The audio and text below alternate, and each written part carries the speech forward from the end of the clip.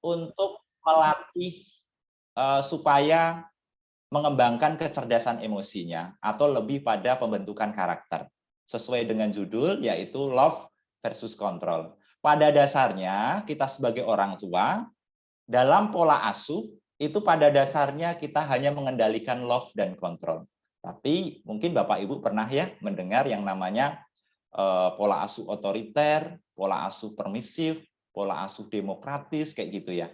Tetapi di siang hari ini saya ingin memperingkas supaya Bapak Ibu nanti juga bisa lebih gampang, lebih mudah dalam mengembangkan karakter atau kondisi emosional anak. Yang pertama, saya ingin katakan di sini bahwa perkembangan karakter itu biasanya akibat dari kebiasaan yang kita terapkan. Tidak ada lain. Jadi kebiasaan dari lingkungan terdekat itu sangat menyumbang besar.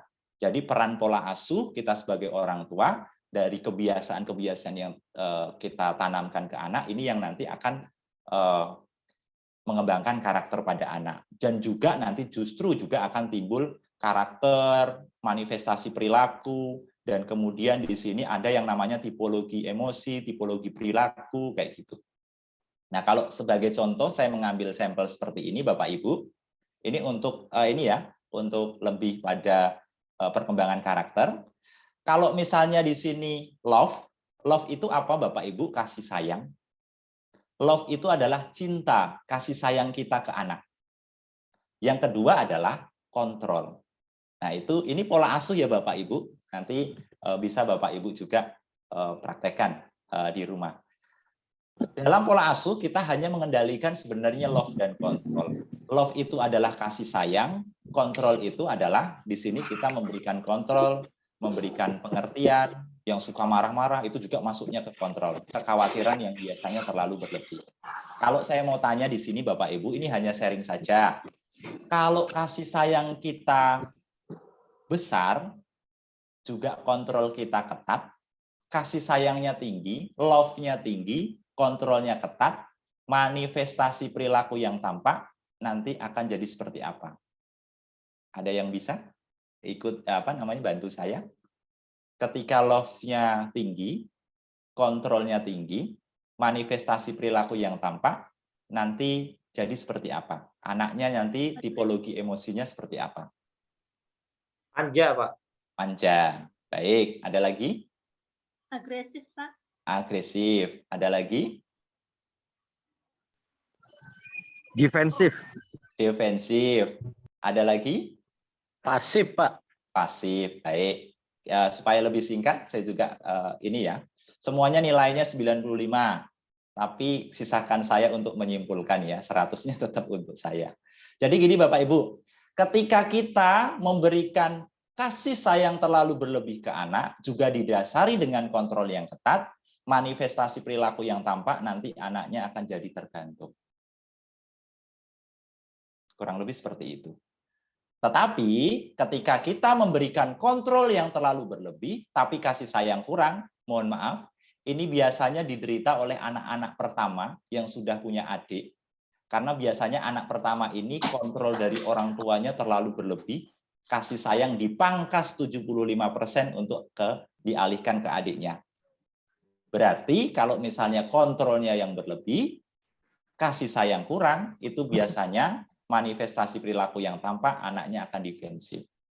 Anaknya akan menutup diri dan kemudian semakin dilarang berpotensi akan semakin melanggar. Dan ini juga nanti akan memunculkan yang namanya ego. Kurang lebih seperti itu. Nah, kemudian kalau misalnya kasih sayang juga terlalu berlebih, tapi di sini kontrolnya yang kurang. Kalau tadi kasih sayang berlebih, kontrolnya berlebih. Kalau sekarang tadi kontrolnya berlebih, kasih sayang kurang. Kalau sekarang kasih sayangnya yang berlebih, tapi kontrolnya kurang. Manifestasi perilaku yang tampak, nanti anaknya akan dominan. Jadi anaknya akan menguasai. Ini biasanya diderita oleh anak-anak satu-satunya, anak pertama. Ini biasanya rawan, karena di sini kasih sayang dari lingkungan terdekat terlalu berlebih, sehingga kontrolnya biasanya yang kurang. Dan kemudian kalau misalnya sekarang di sini kontrolnya kurang, kasih sayangnya di sini kurang. Biasanya ini diderita anak-anak yang kedua orang tuanya sibuk dalam bekerja, anaknya selalu diasuh orang lain, ini juga akan membawa dampak ke sana ya. Dan kemudian mohon maaf, kedua orang tuanya tidak bersama. Nah, secara psikologis di sini juga otomatis kasih sayang dari orang tuanya kurang, kontrolnya juga kurang, maka manifestasi perilaku yang tampak anaknya akan agresif. Kurang lebih seperti itu. Jadi, apa yang kita berikan itu biasanya akan berdampak pada kondisi psikologis anak. Jadi, ketika misalnya di sini anak agresif, itu akibat dari love-nya yang kurang dan juga kontrolnya dari orang tua yang kurang. Biasanya anak akan lebih sayang lingkungannya dibandingkan dengan orang tuanya. Karena memang kita tidak ada andil di situ. Kurang lebih seperti itu. Pak, saya mau komplain Pak, di sini yang baik lalu di mana Pak? Kok dari 4 sisi ini semuanya nggak sesuai ya? Kayaknya jelek-jelek semua. Yang baik di sini adalah ketika kita bisa mengendalikan love dan juga bisa mengendalikan kontrol. Maka inilah yang disebut pola asuh demokrasi. Tetapi kalau misalnya kita kontrolnya yang terlalu berlebih, tapi kasih sayangnya kurang, itulah yang disebut pola asuh otoriter. Tetapi ketika misalnya kasih sayang berlebih, kontrolnya kurang, kasih sayang kurang, itulah yang disebut pola asuh permisif. Kurang lebih seperti itu. Baik, Bapak Ibu, mungkin sampai di sini untuk pemaparan saya.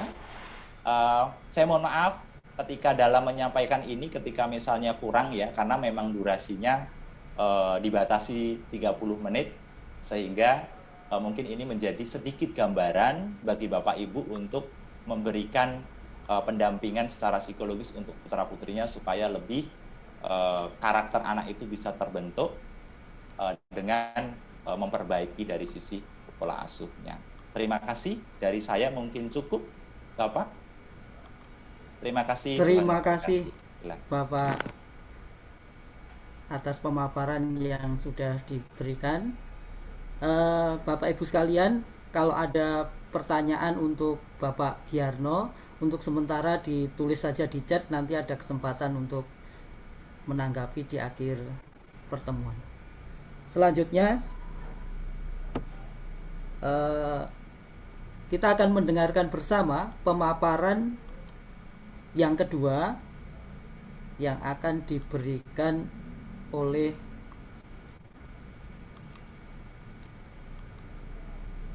Dr. Liska. Saya akan bacakan biografinya secara singkat. Nama Dr. Liska Sari, tempat tanggal lahir Aceh 21 Februari 1969. SD, SMP, SMA ditempuh di Jakarta, kemudian kuliah di Fakultas Kedokteran Universitas Trisakti Jakarta, lulus tahun 1999. Tahun 2000 PTT Lampung Tengah menjadi Kepala Puskesmas Bandar Lampung, Lampung Tengah. 2007 pindah ke Kabupaten Bogor di Puskesmas Jonggol. 2011 Kepala Puskesmas Balikambang Kecamatan Jonggol. 2018 Kepala Puskesmas Pasirangin Kecamatan Cilengsi. 2020 sampai sekarang Kepala Puskesmas Yangsana Kecamatan Gunung Putri. Suami Insinyur Jamal Miftah, anak Aldia Nabila dan Ada Isa. Moto hidup: perlakukan orang lain seperti kita ingin diperlakukan. Jangan pernah pamrih dalam membantu siapapun, karena semua akan kembali kepada kita sendiri. Demikian profil singkat dari Dr. Liska Sari. Selanjutnya waktu dan kesempatan kami haturkan kepada Dr. Liska untuk memaparkan materi kepada kita semua. Kepada Dr. Liska dipersilakan. Baik, terima kasih untuk Pak Thomas yang sudah saya diberikan kesempatan untuk bergabung di tengah Bapak dan Ibu sekalian. Selamat siang, salam sejahtera untuk kita semua. Semoga kita semua selalu diberi kesehatan yang prima sehingga kita tetap bisa menjalankan aktivitas kita. Terima kasih untuk waktunya. Untuk share screen-nya apakah bisa dari pihak BHK ya Pak? Dari Bisa, Ibu. Oh iya, baik. Baik, kita mulai saja. Waktu saya berapa menit ya Pak? Kurang lebih 30 menit, Ibu. 30 menit, baik. Bapak dan Ibu sekalian yang saya hormati, tentunya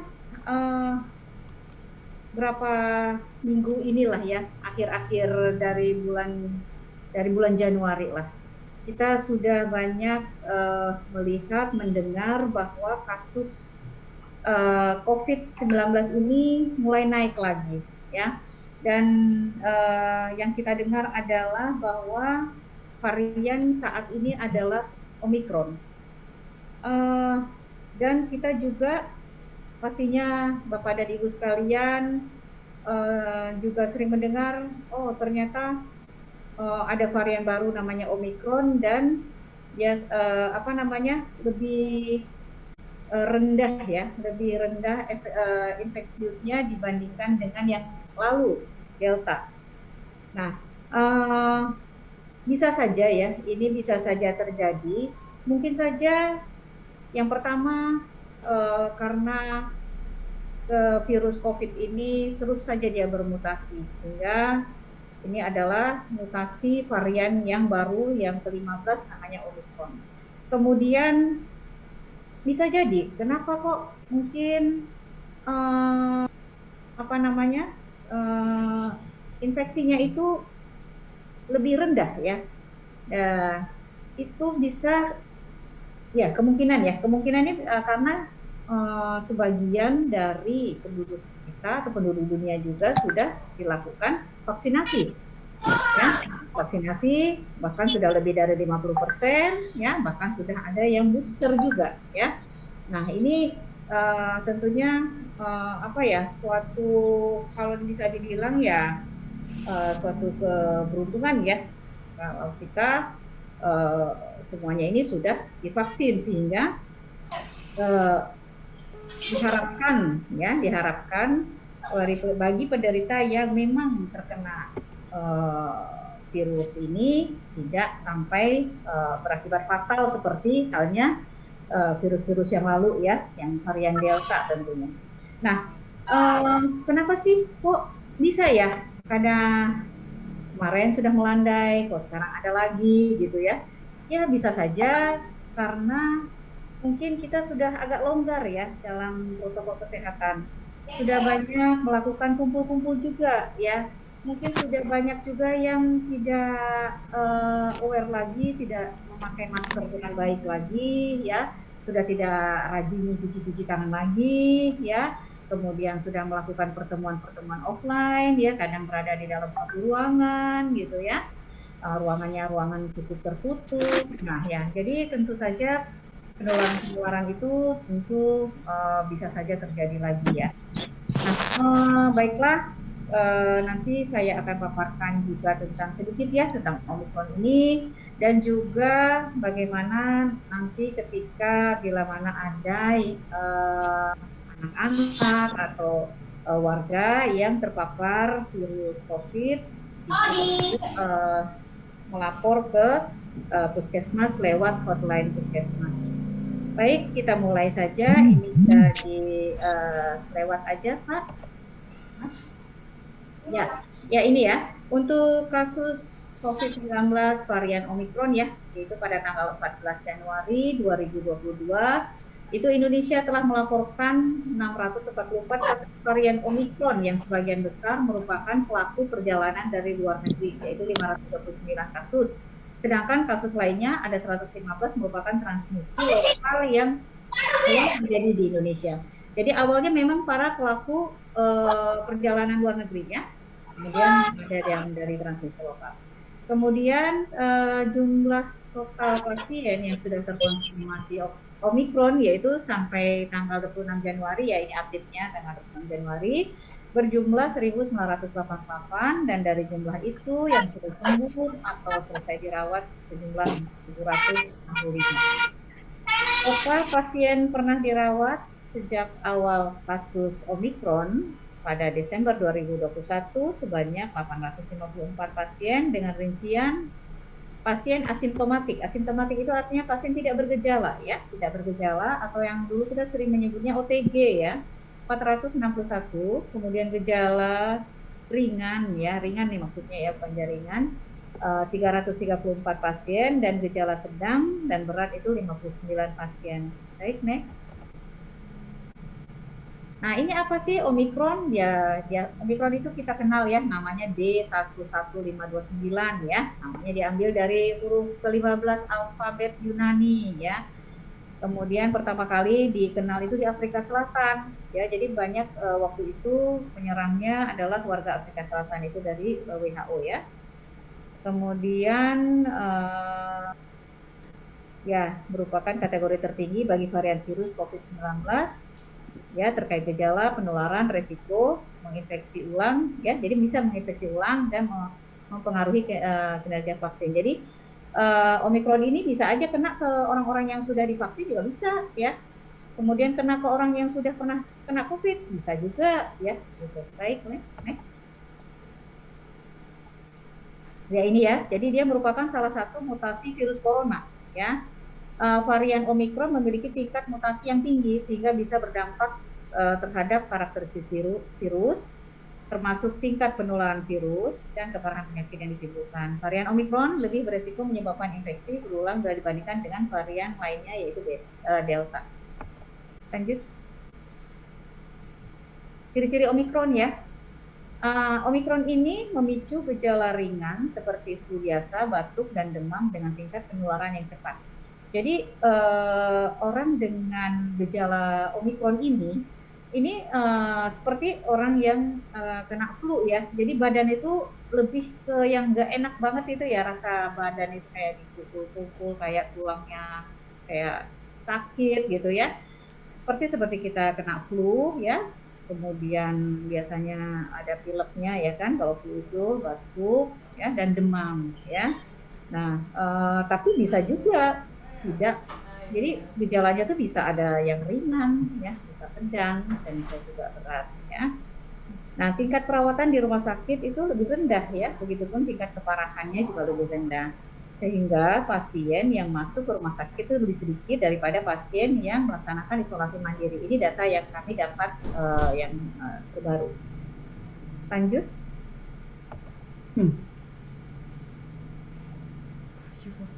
Lanjut.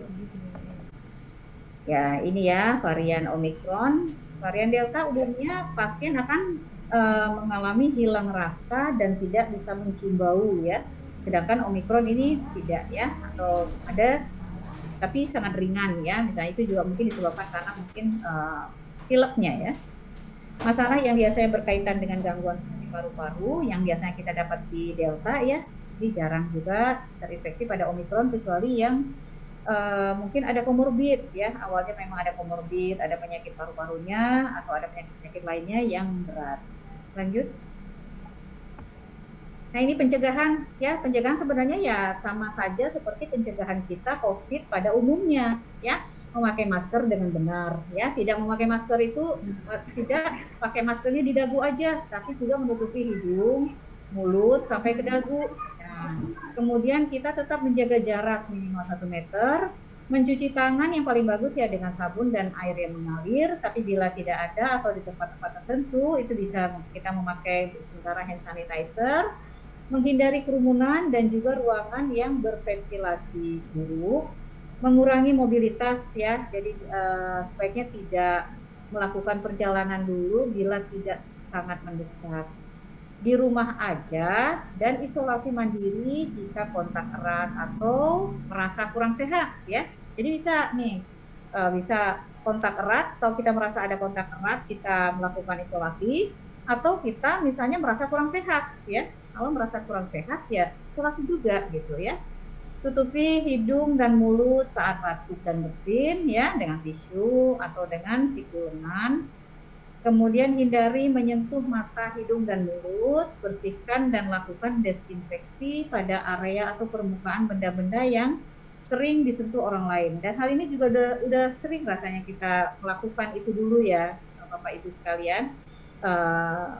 Waktu COVID yang Delta maupun sebelum Delta ini sudah kita jalankan. Cuman kesini-sini ketika melandai hal ini mungkin sudah lebih terlupakan. Baik, lanjut. Nah ini tadi ya sama aja ini ini ventilasi yang baik ya, sering buka jendela ya. Jadi di rumah itu memang ada baiknya kita membuka jendela ya, daripada jendelanya ditutup kemudian AC dinyalain ya. Lebih baik jendelanya dibuka untuk pertukaran udara ya. Kemudian apalagi ya ini ya baik, rasanya sama aja. Baik, lanjut. Nah ini, kapan sih perlu PCR atau tes antigen bila kita kontak erat dengan pasien COVID-19 ya? Apabila kita kontak erat, tes pertama pada hari pertama karantina ya itu bisa PCR atau tes antigen ya. Nah, untuk kita melakukan tes antigen atau PCR itu kan ada hasilnya. Kalau hasilnya negatif, tentunya kalau ini kontak erat ya, ini kita bicara kontak erat dulu. Kalau itu negatif, tentunya kita tidak perlu buru-buru, jangan sampai buru-buru kita merasa, oh iya, enggak, gue nggak ketularan gitu ya, tidak tertular nih, atau saya tidak, saya tidak sakit gitu ya. Tetapi kita ada kontak erat, ingat itu ya, maka sebaiknya kita tetap melakukan karantina atau isolasi mandiri ya. Dan di hari kelima kita cek lagi dengan tes antigen atau PCR tadi ya. Bila negatif, maka kita anggap itu benar-benar negatif gitu ya, karantinanya selesai. Nah bila positif, nah itu berarti kita sudah terdiagnosa COVID-19, maka lanjutkan isolasinya ya. Dan kemudian kalau dari yang tadi kan negatif ya, nah kalau positif ya memang sudah positif, artinya kalau kita tes kontak erat positif maka bisa langsung ke isolasi ya. Baik, lanjut. Baik, ini kita lanjut aja karena ini untuk rumah sakit. Nah ini apa yang harus dilakukan jika terkonfirmasi COVID-19 varian Omicron ya, untuk kasus probable dan kasus konfirmasi. Probable itu apa? Probable itu adalah ketika seseorang itu menderita seperti ISPA ya, infeksi saluran pernafasan atas ya, tetapi dia tidak ada hasil pemeriksaan apapun gitu ya. Jadi tidak ada hasil pemeriksaan apapun. Jadi PCR enggak, antigen enggak, tapi gejalanya gejala ISPA ya. Dan yang terkonfirmasi artinya dia memang sudah PCR atau di antigen positif. Itu yang bergejala maupun yang tidak bergejala yang disebut asimptomatik itu melakukan isolasi. Di sini jelas ya. Jadi apabila kita itu merasa badan tuh nggak enak, merasa kayak flu, batuk, pilek, mual, mencret, gitu ya, demam, nggak enak badan, linu-linu, nah, ya. Tapi saya mungkin nggak ngelakuin tes apapun, ya tetap isolasi, gitu ya. Atau saya pengen tahu saya kenapa ya, lakukan tes. Nah tadi seperti yang tadi di belakang tadi ya, kalau dia positif ya berarti memang isolasi ya, sudah jelas positif. Tapi kalau belum positif negatif maksud saya, ya nggak usah buru-buru. Jadi jangan buru-buru mengatakan bahwa saya sakit gitu ya. Tentunya kita berupaya semaksimal mungkin agar penularan kita tidak menjadi sumber penularan untuk orang lain ya gitu. Jadi ya ini dia ya, kalau misalnya dia gejalanya berat, kritis, tentunya dirawat di rumah sakit, dan bila gejalanya ringan, sedang, nah itu masih bisa dilakukan isolasi di rumah atau di isolasi mandiri. Baik, lanjut. Nah, untuk kasus konfirmasi COVID-19 tanpa gejala atau asimptomatik, dan gejala ringan itu dapat melakukan isolasi mandiri ya. Ya syaratnya ya usia kurang dari 45 tahun, tidak memiliki komorbid ya. Kemudian dapat mengakses telemedicine, kemudian berkomitmen untuk tetap isolasi sebelum diizinkan keluar ya. Kemudian syarat rumah juga ada ya, misalnya ya memiliki kamar tersendiri ya, atau misalnya terpisah ada di lantai atas gitu ya. Kemudian ada kamar mandinya ya. Dan sebaiknya memang ada alat-alat lain seperti misalnya ya, contohnya kayak pulse oximeter untuk mengukur oksigen di dalam darah ya. Misalnya kemudian ada tensimeter juga lebih baik ya, kalau misalnya ada persediaan oksigen juga ya itu lebih baik lagi ya. Nah, jadi jika pasien tidak memenuhi syarat-syarat ini ya, misalnya rumahnya mungkin tidak memenuhi syarat ya, memang si pasien ini terpaksa harus isolasi terpusat ya, atau namanya isoter ya, isoter. Misalnya kayak di Wisma Atlet, di Wisma kalau di Kabupaten Bogor tuh di Cibogo ya, ya dan lain-lain. Baik, lanjut.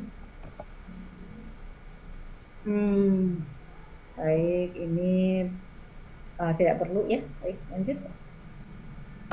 Nah ini kalau kasus dirawat di rumah sakit ya, tidak usah. Baik, lanjut aja Pak. Nah ya, jadi ini COVID-19 tanpa gejala dan gejala ringan ya, ini apa aja yang harus dilakukan seperti tadi ya, sudah jelas ya. Pemeriksaannya ya, isolasi mandiri ya, kita memeriksakan diri ya dan sebagainya ya. Apa yang tidak boleh ya itu tadi ya, kita kurangin untuk berkumpul-kumpul ya, tidak lagi makan bersama ya, nah, seperti itu. Baik, lanjut. Nah, kriteria terbaru pasien COVID-19 Omikron boleh selesai isolasi ketika yang tidak bergejala, maka minimal 10 hari sejak swab positif COVID-19, dan bila bergejala itu minimal 13 hari sejak muncul gejala, dengan 3 hari terakhir bebas gejala demam dan gangguan pernafasan ya. Jadi 3 hari terakhir itu sudah bebas, tidak minum obat pun merasa tidak ada gejala apapun dan sehat. Isolasi bisa selesai lebih cepat bila sudah perbaikan klinis PCR pada hari kelima dan keenam ya, dengan selang waktu 24 jam menunjukkan 2 kali berturut-turut hasil negatif. Baik, lanjut.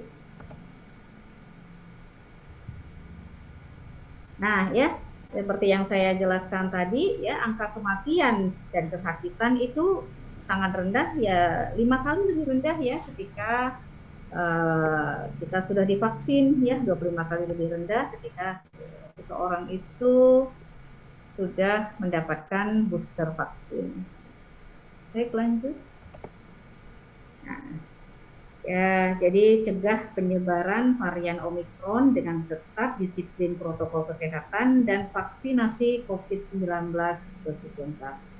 Dan untuk apabila ada yang terpapar COVID-19, itu bisa melaporkan ke Satgas COVID yang ada ya, baik itu di RT RW atau sekolah, atau bisa langsung ke puskesmas, hotline puskesmas Ciangsana ya, untuk bisa kami data dan kami tindak lanjuti. Nah, jadi nanti akan ada yang melakukan tracing dari pihak puskesmas. Nah, untuk obat-obatan tentunya bisa mempergunakan yang namanya telemedicine ya. Sekarang ada telemedicine, dan apabila mungkin ya kadang-kadang ada nih yang membeli obat sendiri, tentunya perlu dikonsultasikan dengan pihak puskesmas untuk mendapatkan cara minum obat atau terapi yang tepat. Demikian saya rasa pemaparan dari kami, mungkin nanti kita bisa diskusi Terima kasih. Terima kasih Dr.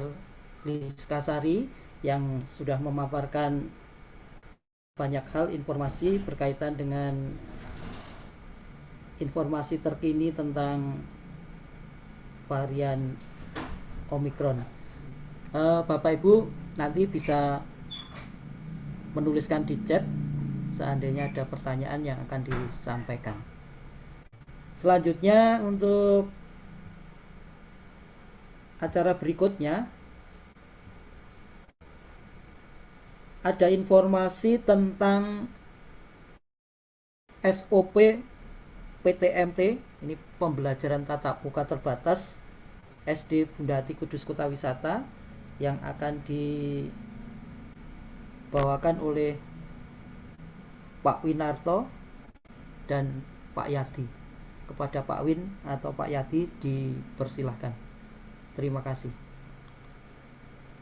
Terima kasih Pak Thomas atas kesempatan yang diberikan kepada saya dan Pak Yadi untuk menyampaikan informasi berkaitan dengan PTMT terbatas SD Bunda Ati Kudus Kota Wisata. Selamat pagi, salam sehat, salam sejahtera untuk kita sekalian. Ibu, bapak, orang tua, peserta didik yang saya hormati, anak-anak sekalian yang terkasih, Suster, Dr. Lisa, Pak Giyarno, Bapak Ibu guru sekalian yang saya hormati juga. Perkenankan saya share screen dulu. Bentar, saya cek share screen-nya dulu. Ini lewat tadi ini.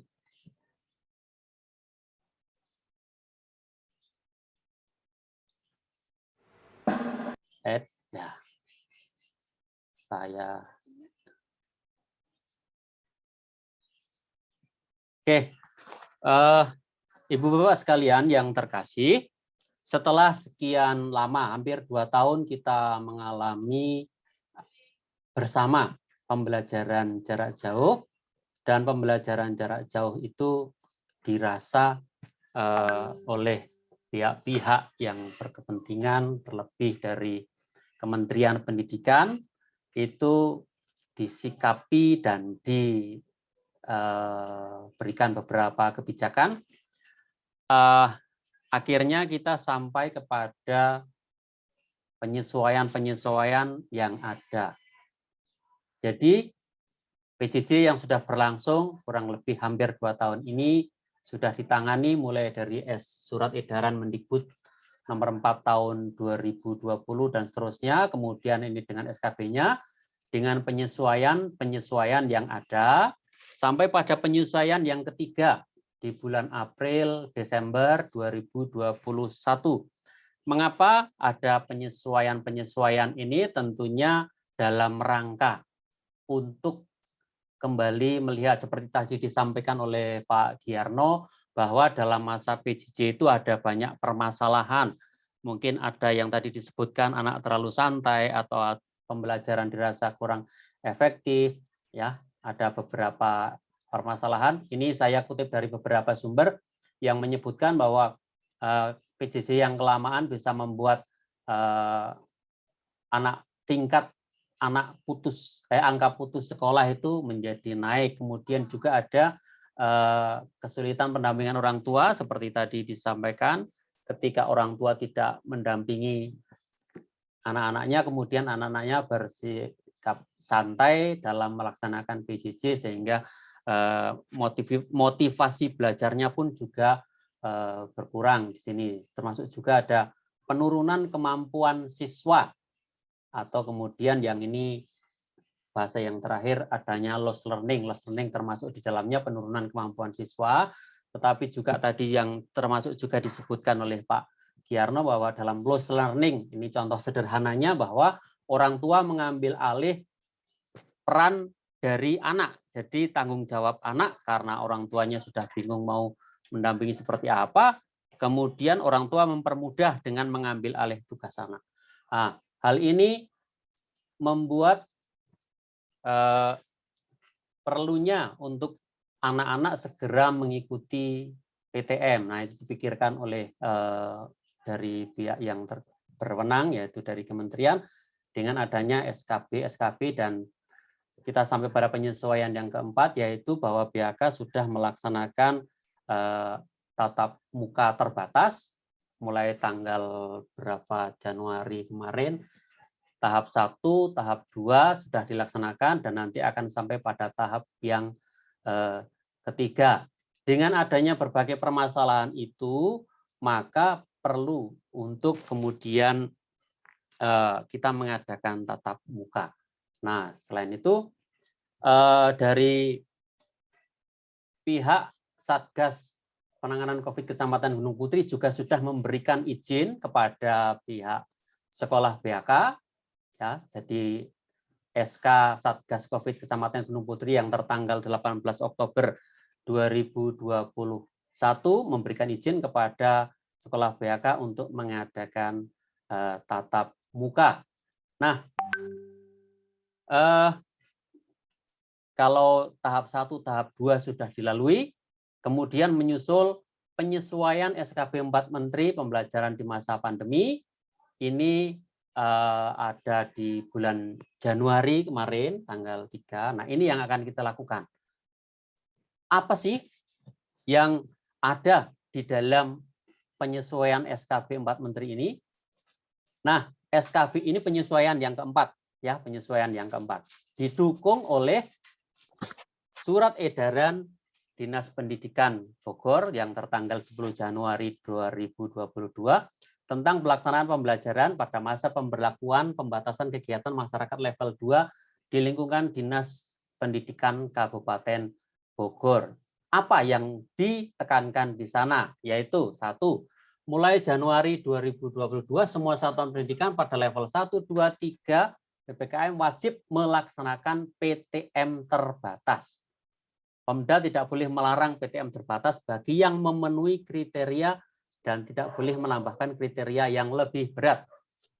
Kemudian yang penting yang kedua, orang tua atau wali peserta didik dapat memilih PTM terbatas atau PJJ bagi anaknya sampai semester 1 tahun ajaran atau tahun akademik 2021-2022 berakhir. Jadi orang tua masih diberi kesempatan untuk memilih mau PJJ atau PTM itu sampai akhir semester kemarin, jadi sampai bulan Desember. Mulai semester 2 tahun ajaran atau tahun akademik 2021-2022 atau Januari, semua wajib mengikuti PTM terbatas. Ya, semua wajib mengikuti PTM terbatas. Kemudian juga ketentuan lain. Kenapa kami mengambil kesimpulan PTM terbatas? Pengaturan pembelajaran tatap muka.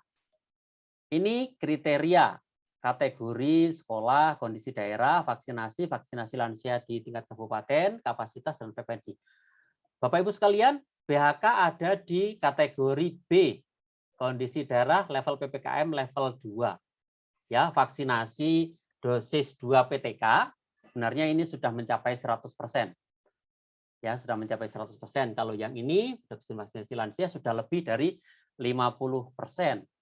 Ya, maka kami mengambil kebijakan untuk PTM 100%. 100% di sini untuk sekolah BHK dimaksudkan 100% itu anaknya masuk 50%, 50%. Karena kalau masuk 100% otomatis tidak ada protokol kesehatan yang dilaksanakan. Misalnya jaga jaraknya sudah tidak ada lagi. Karena apa? Karena kelasnya tidak muat untuk anak hadir 100%. Maka dilakukan 50%, 50% bergantian. Kemudian full hari sekolah, yaitu dari hari Senin sampai hari Jumat, maksimal pembelajaran 6 jam pelajaran. Jadi kita ada di level ini. Kemudian untuk pemberlakuan kegiatan olahraga, ekstrakurikuler di lingkungan sekolah itu juga tetap mengikuti prokes yang ada. Nah, kemudian juga ini didukung oleh kondisi keadaan Kabupaten Bogor, ya. Kabupaten Bogor berada pada level 2. dengan kriteria vaksin dosis 2 tadi sudah lebih dari 80%, vaksin dosis lansia juga sudah lebih dari 50%. Karena itu tadi kami akan melaksanakan, rencananya kami akan melaksanakan ini penyesuaian SKB 4 Menteri yang keempat yang muncul di bulan Januari. Ya, karena kondisi-kondisi ini maka kami berani. Ini tadi yang saya sebutkan. PTMT 100% SDBHK itu apa? Pelaksanaan pembelajaran diikuti oleh siswa dengan kapasitas 50% dari jumlah siswa per kelas, ya. Seperti tadi. Kemudian kenapa SDBHK melaksanakan PTMT 100%?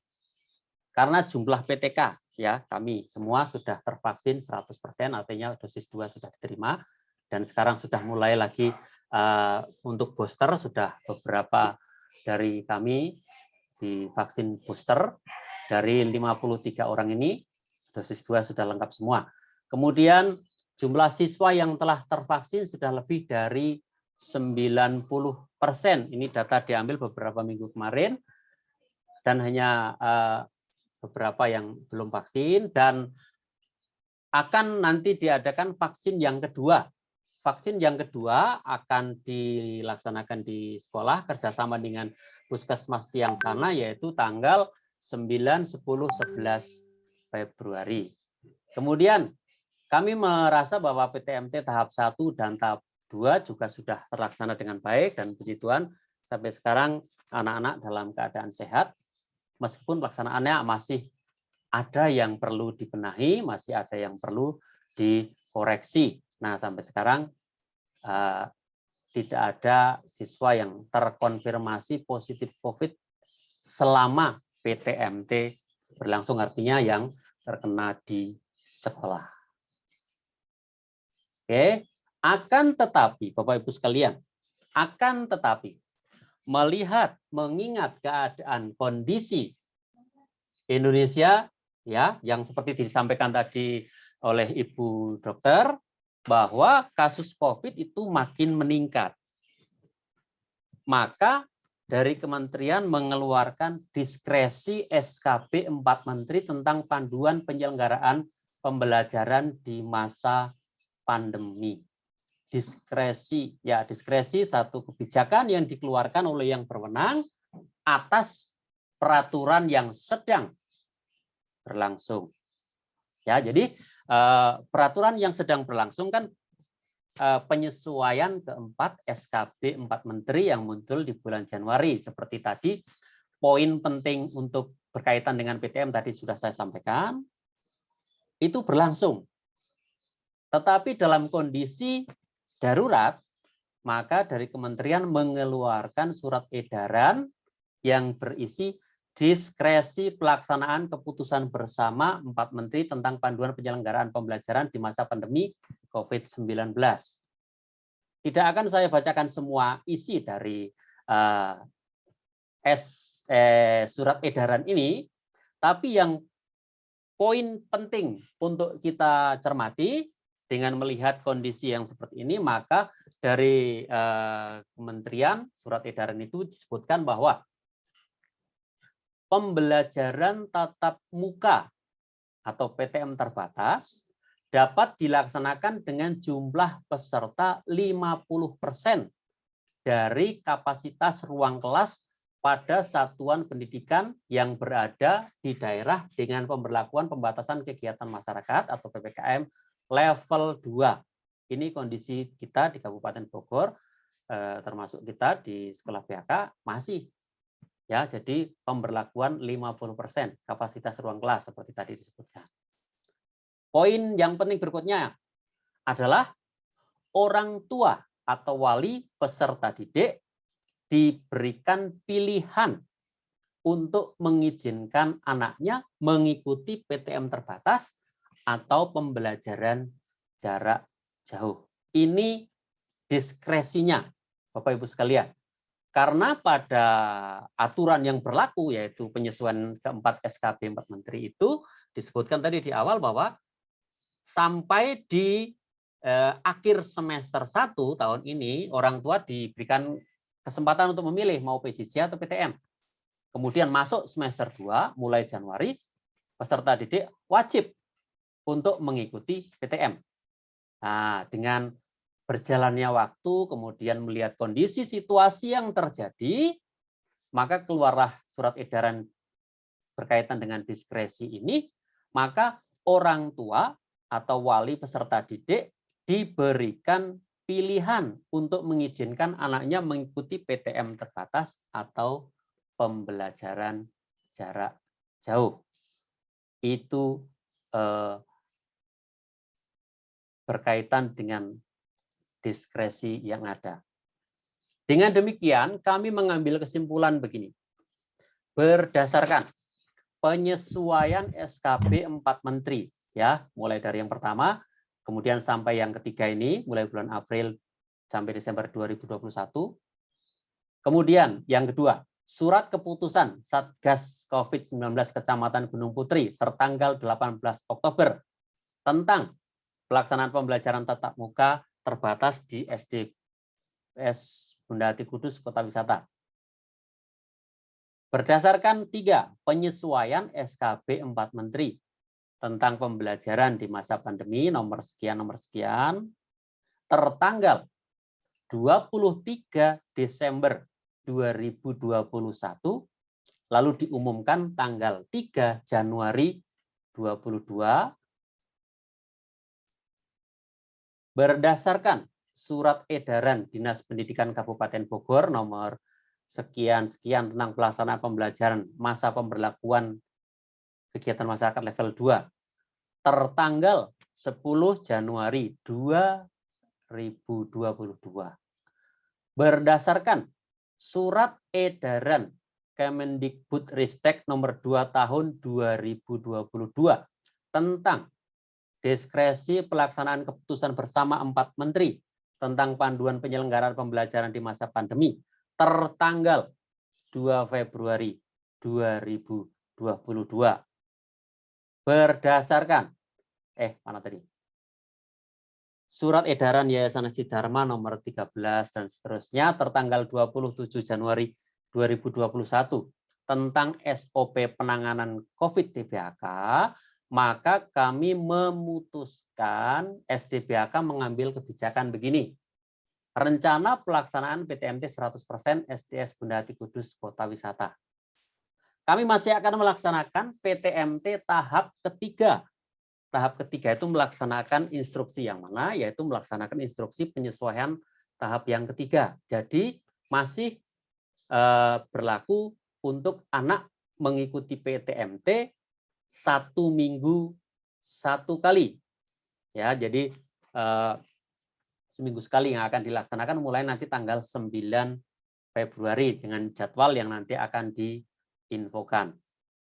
Ya. Nah, di bagian ini kan masih ada peluang untuk orang tua mengikuti atau tidak mengikuti dan menyertakan surat pernyataan. Itu untuk PTMT tahap 3. Kemudian berdasarkan tadi yang sudah disebutkan, ya, dasar-dasar hukumnya tadi, SDBHK juga akan melaksanakan PTMT 100%. 100% itu seperti tadi sudah disampaikan, ya. Jadi bukan 100% anaknya, tapi 100% harinya. Jadi Senin sampai Jumat, ya. Kemudian mulai Senin 21 Februari 2022. Sekali lagi, PTMT 100% mulai Senin 21 Februari 2022 dengan catatan seperti tadi sudah disampaikan oleh kepala sekolah bahwa kita juga mempertimbangkan kondisi dan situasi yang terjadi di negara ini. Maksudnya tentang kondisi kenaikan kasus COVID. Kalau semakin parah ya terpaksa diundur ya diundur. Tapi kalau semakin membaik untuk dilaksanakan ya tetap akan dilaksanakan. Kemudian kapasitas dari jumlah tadi sudah disebutkan. Kemudian untuk pelaksanaan PTMT ini pendaftaran dilakukan 1 minggu sebelumnya. Pendaftaran itu artinya kalau ada orang tua yang mengizinkan atau memilih untuk anaknya ikut dalam PTMT, itu dimohon untuk mendaftar. Nanti akan diedarkan Google Form seperti di tahap 1, 2, 3. Ya. Itu 1 minggu sebelumnya, berarti 1 minggu sebelum tanggal 21 Februari itu sudah mendaftar, terakhir pada hari Jumat pukul 13. Ya. Kenapa 1 minggu sebelumnya? Supaya kami bisa memperkirakan kalau anak yang diizinkan dan anak yang berminat untuk mengikuti PTMT itu melebihi ini dari jumlah 50% dari setiap kelas ini, kami bisa mengatur bagaimana supaya anaknya itu masuknya bergantian. Tapi kalau jumlah peminatnya itu maksimal 18 ini, sampai di sini saja, maka 18 ini akan masuk setiap hari. Ya, akan masuk setiap hari. Ini yang 2 nih. Bila jumlah sifat kapatis dilakukan 2 hari sekali. Nah, diulangi lagi bahwa dalam diskresi itu, diskresi pelaksanaan aturan tadi, disampaikan bahwa orang tua masih dapat memilih ikut PTMT atau ikut PJJ. Dan dalam hal ini, apabila orang tua mengizinkan anaknya untuk mengikuti PTMT, orang tua dimohon untuk tetap menyerahkan surat pernyataan mengizinkan untuk PTMT dengan menyertakan surat pernyataan ya yang dengan tanda tangan di atas materai. Bagi orang tua yang anaknya sudah diizinkan di tahap 1, tahap 2, tahap 3 dan sudah menyerahkan, saya kira tidak perlu lagi untuk menyerahkan surat pernyataan. Kemudian siswa yang baru mendapatkan vaksin dimohon untuk mengikuti PJJ selama 5 hari. Setelah 5 hari baru boleh, kalau diizinkan PTMT, baru boleh untuk bergabung bersama dengan teman-temannya. Demikian yang saya sampaikan dengan kesimpulan ini di bagian ini.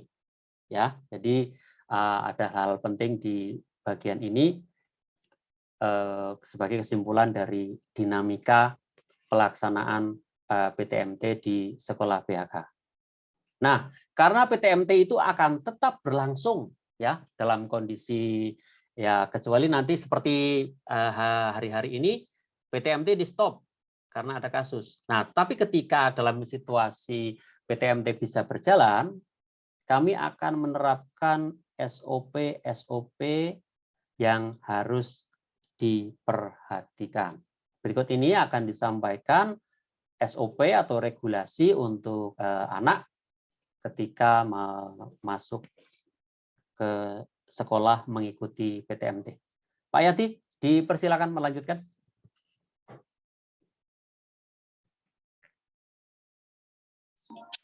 Baik, terima kasih Pak Win.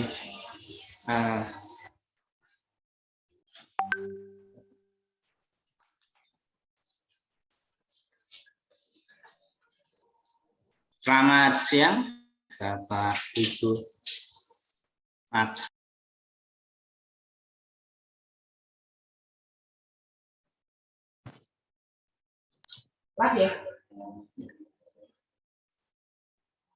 Maaf, gangguan sebentar. Selamat siang Bapak Ibu, wali murid kelas 4, 5, 6. Kemudian Dr. Liska dan Pak Giarno, suster serta Bapak Ibu guru sekalian, minta izin untuk meneruskan regulasi yang ada di SD Bunda Cibudus dengan PTMT yang akan dilaksanakan. Pak Win minta bantuan untuk melanjutkan share screen. Regulasi bagian A, berangkat dari rumah menuju ke sekolah. Itu yang pertama, tentu saja mendapat izin dari orang tua, kemudian wajib sarapan dari rumah. Ini boleh membawa bekal yang berupa snack, susu. Ini dimaksudkan agar anak-anak itu tidak buka masker berlama-lama. Jadi untuk makanan berat nanti tidak diperkenankan. Yang diperkenankan adalah berupa snack, susu, jus, dan yang lain yang bersifat makanan ringan seperti itu. Kemudian selanjutnya, sebelum berangkat ke sekolah, orang tua memastikan bahwa peserta didik dari seluruh keluarga dalam kondisi sehat. Kondisi sehat dimaksudkan adalah suhu badannya normal, tidak melebihi suhu dari 37,3 derajat Celcius. Tidak pilek, tidak pusing, tidak ada gangguan seperti kulit, mata, muntah, atau keluhan sakit yang lainnya.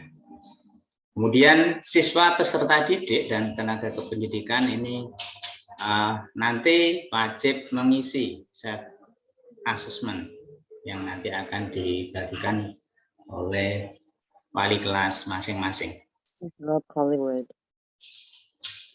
Kemudian siswa yang baru menerima vaksin ini tidak diperkenankan mengikuti PTMT.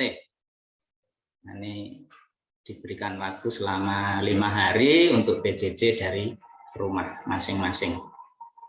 Kemudian siswa yang baru melakukan perjalanan keluar kota atau keluar negeri ini wajib melakukan karantina 7 hari dan menyerahkan hasil swab antigen atau PCR. Lanjut Pak Win.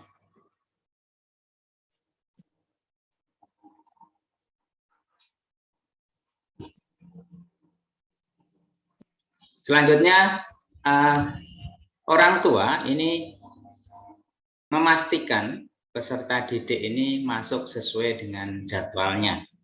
Ini misalkan tadi kalau ada yang dibagi 2, ya berarti nanti wali kelas akan menginformasikan masuk yang di bagian hari pertama atau hari kedua. Seperti itu. Tapi kalau jumlah anaknya tidak melebihi dari 18, ya tiap hari akan masuk seperti itu. Ini yang selanjutnya, membawa makanan dan minuman sendiri dari rumah. Kemudian membawa perlengkapan sekolah pribadi seperti hand sanitizer, tisu basah, kemudian tisu kering, kemudian mengenakan masker medis dan membawa cadangan masker. Nah, ini nanti setelah selesai pelajaran nanti akan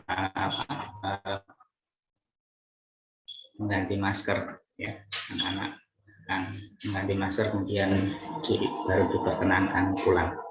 Kemudian pakaian yang dikenakan dalam kondisi bersih sesuai jadwal pemakaian seragam sekolah.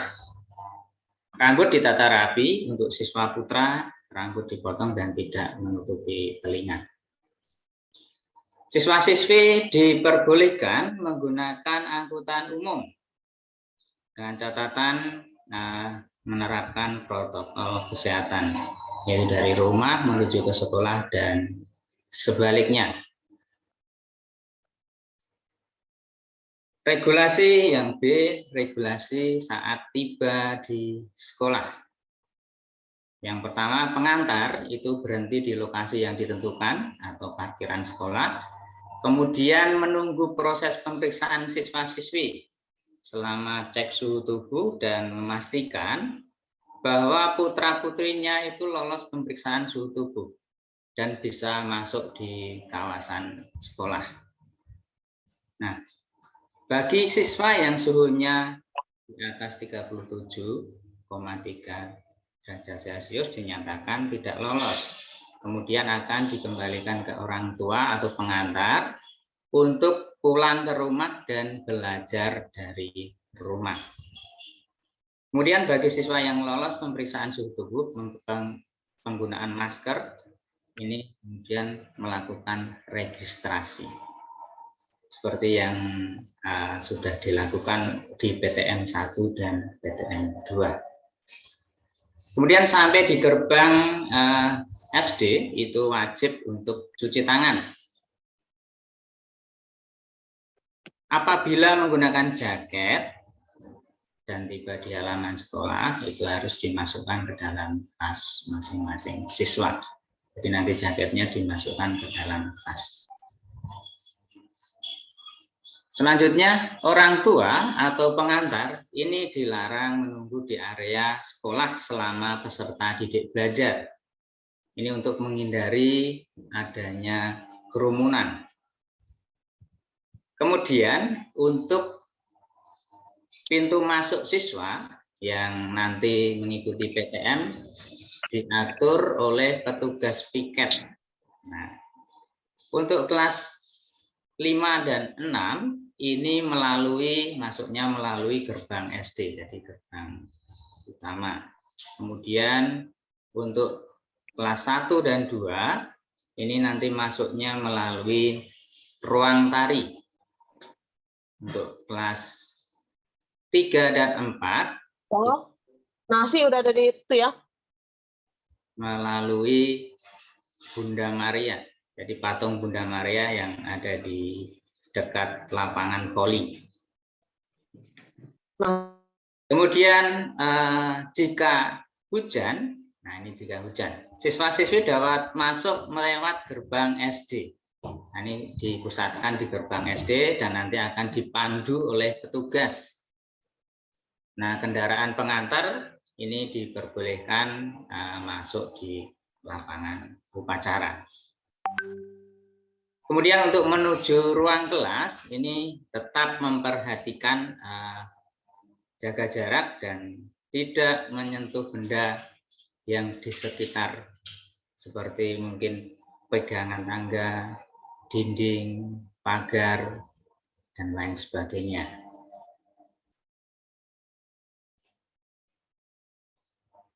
Untuk bagian C, regulasi di dalam kelas. Tadi sudah disampaikan bahwa PTMT setiap kelas itu dilakukan setiap hari. Kemudian siswa yang tidak masuk PTMT ini wajib mengikuti PJJ dari rumah masing-masing secara online.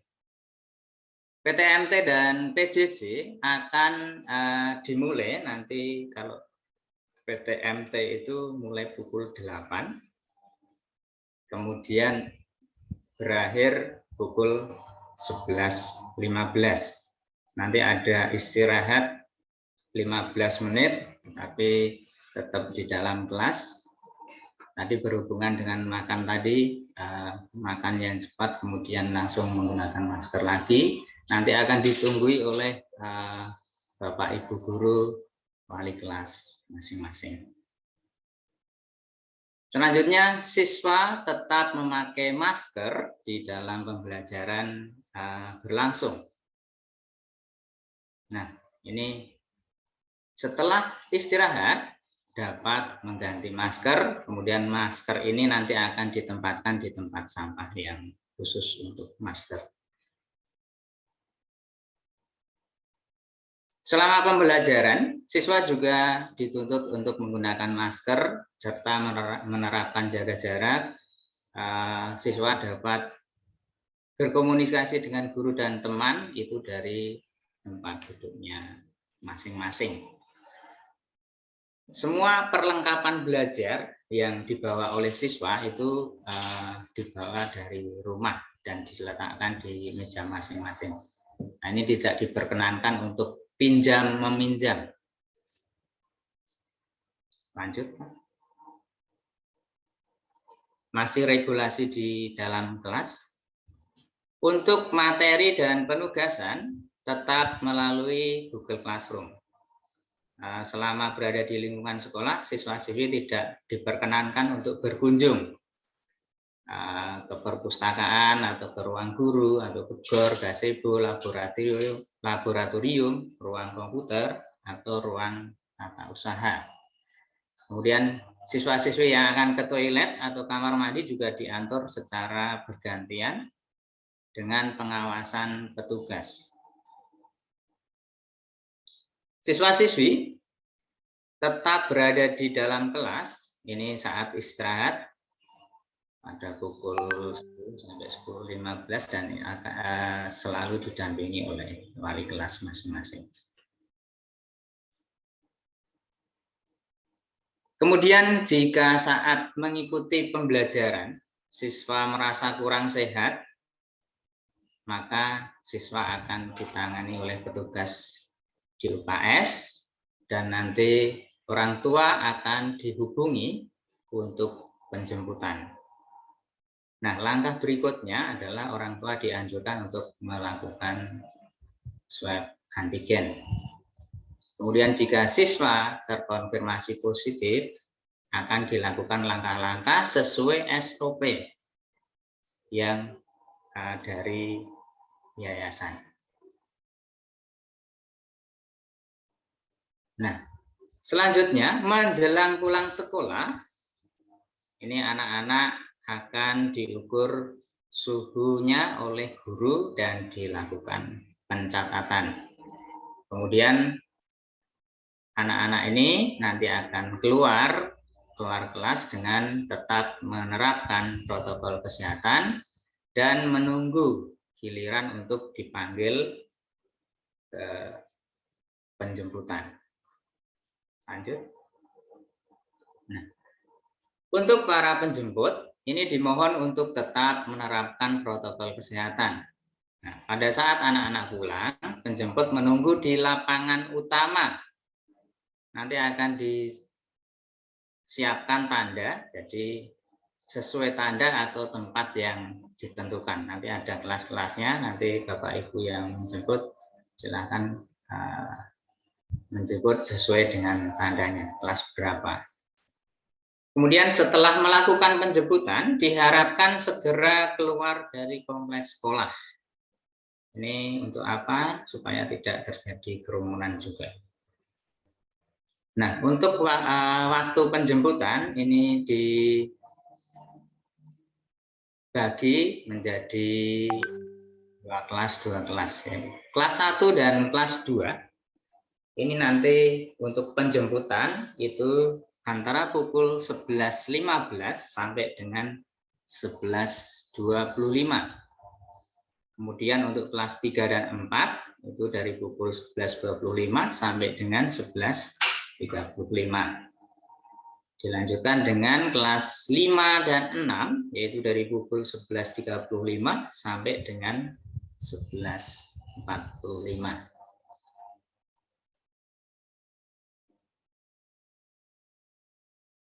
Baik, untuk selanjutnya adalah teknis pelaksanaan pembelajaran tatap muka terbatas. Yang pertama, pembelajaran dilakukan secara blend learning. Pembagian ruang PTMT atau ruangan kelas yang dipakai ini sesuai dengan kelasnya. Kalau sudah masuk semua berarti sesuai dengan kelasnya. Kemudian untuk PH atau penilaian harian ini masih dilakukan secara online dari rumah. Nah, ini akan dilaksanakan nanti setelah PTS, akan dilaksanakan pekan PH. Jadi semuanya mengerjakan dari rumah, kecuali kelas 6 karena kelas 6 mendekati dengan ujian-ujian. Nanti kelas 6 sudah melakukan pertemuan tersendiri kemarin. Lanjut.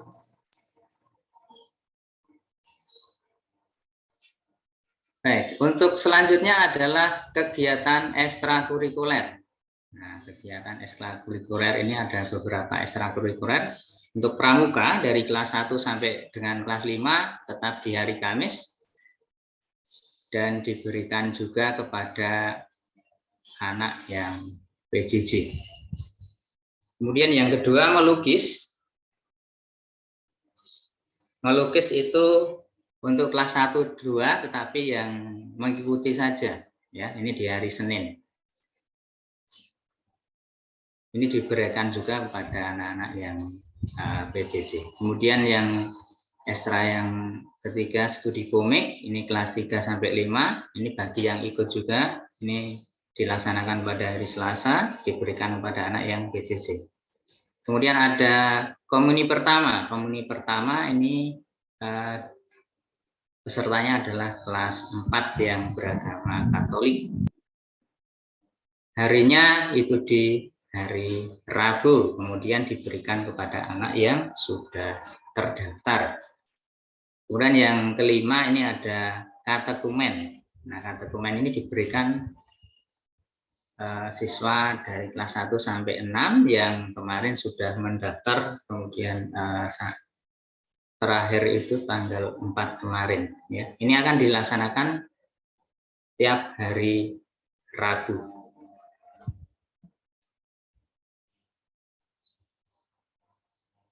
Oke, selanjutnya mengenai protokol kesehatan pulang dari sekolah menuju ke rumah. Yang pertama, yang dilakukan adalah pengecekan suhu oleh wali kelas sebelum siswa meninggalkan ruang kelas. Kemudian yang kedua, selesai jam belajar, pada pukul 11.15, siswa-siswi akan diantarkan oleh guru sampai gerbang utama. Kemudian dijemput orang tua atau penjemput sesuai yang tadi sudah disampaikan di depan tadi. Kemudian pemulangan siswa-siswi diatur secara bergiliran. Penjemput menunggu di gerbang utama dengan tidak berkerumun, tetap memperhatikan protokol kesehatan. Siswa wajib langsung pulang ke rumah, jadi tidak mampir-mampir, jadi langsung pulang ke rumah. Kemudian sampai di rumah dianjurkan untuk mandi dan berganti pakaian. Untuk regulasi pemakaian pakaian seragam tetap ya, jadi tidak ada perubahan. Kemudian untuk regulasi tamu datang ke sekolah, ini untuk tamu. Yang pertama wajib mengenakan masker, kemudian memperhatikan jaga jarak juga, mencuci tangan di tempat yang sudah disediakan, kemudian melapor ke petugas jaga atau petugas keamanan. Kemudian scan barcode aplikasi Peduli Lindungi yang sudah disediakan di gerbang. Kemudian cek suhu badan oleh petugas, menulis buku tamu dan mengisi self assessment. Kemudian apabila dalam pengisian itu nanti akan dijumpai berisiko kecil atau sedang, itu tamu dapat menuju ke ruang tata usaha. Selanjutnya diarahkan ke ruang tamu atau ke ruang sekolah.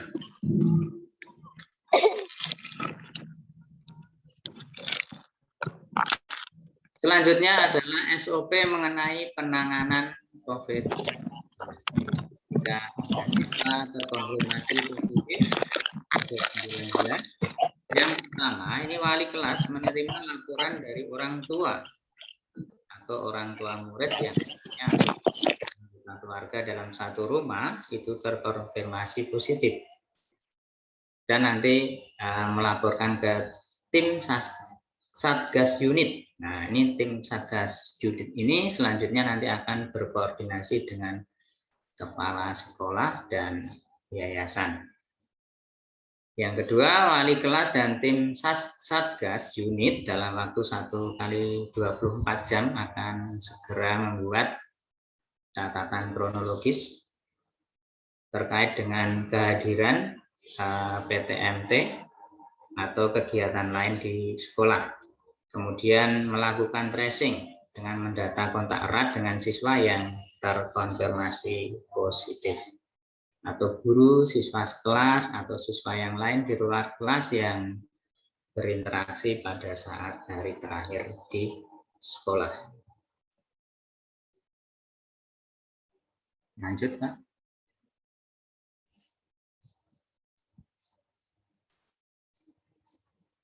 Selanjutnya adalah yang ketiga, jika siswa terkonfirmasi, Tim Satgas Unit ini akan membuat surat pemberitahuan ke orang tua yang anak-anaknya masuk dalam daftar kontak erat dengan siswa yang terkonfirmasi dan mengarahkan untuk segera melakukan tes swab atau swab antigen atau PCR baik secara mandiri ataupun di sekolah nanti dengan difasilitasi oleh pihak puskesmas yang sana.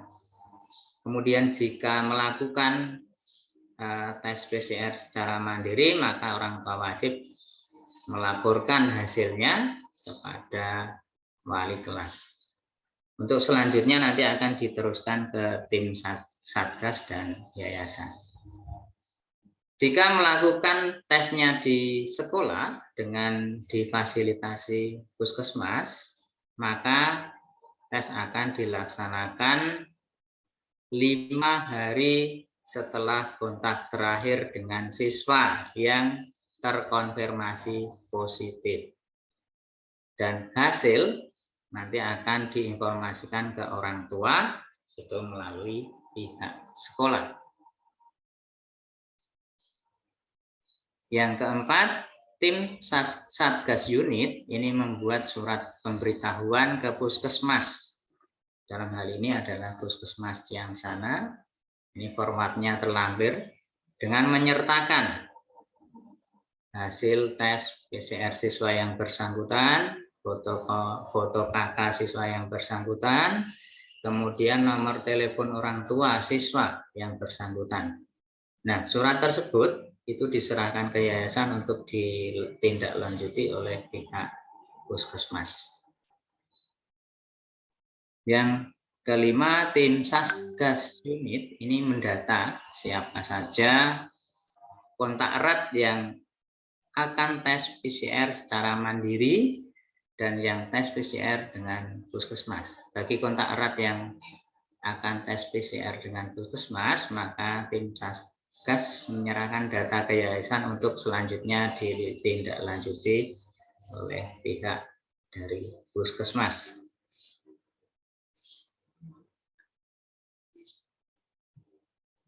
Selanjutnya adalah kebijakan dari Yayasan Asti Dharma cabang Bogor.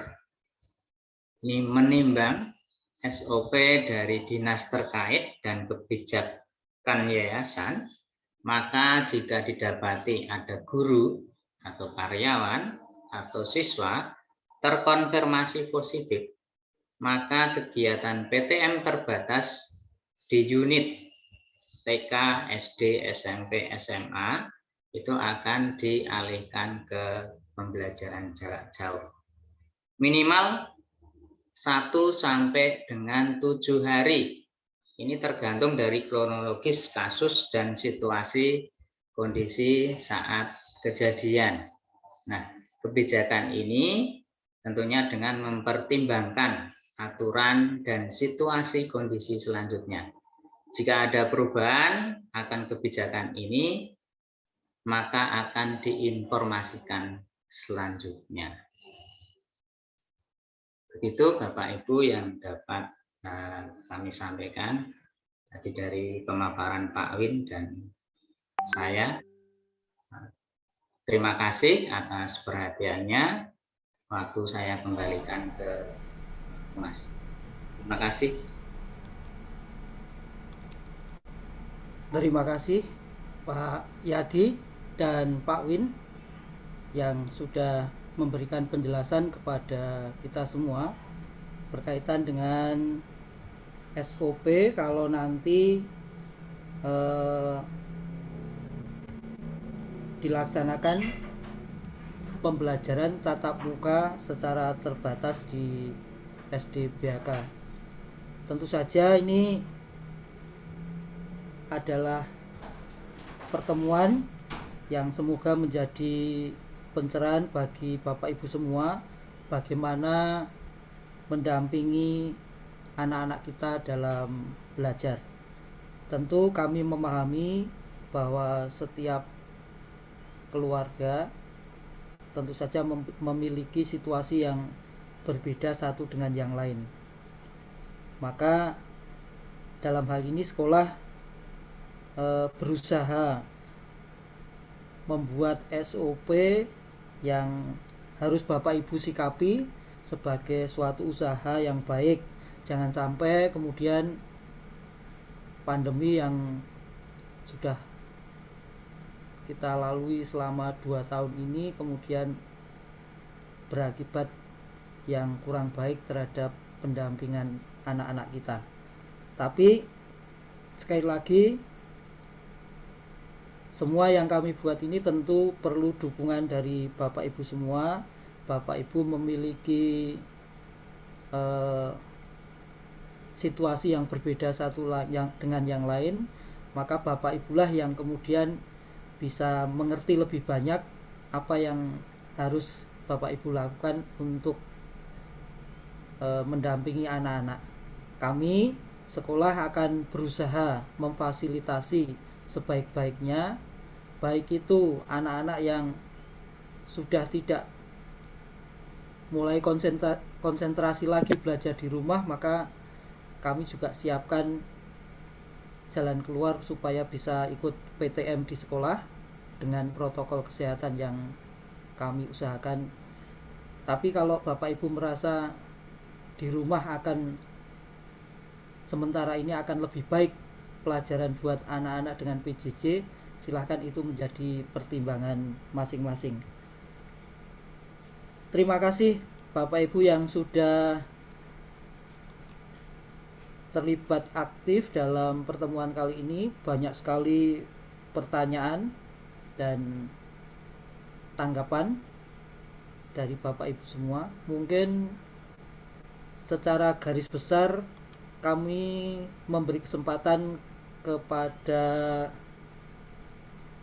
Bapak Ibu pembicara, Pak Giarno.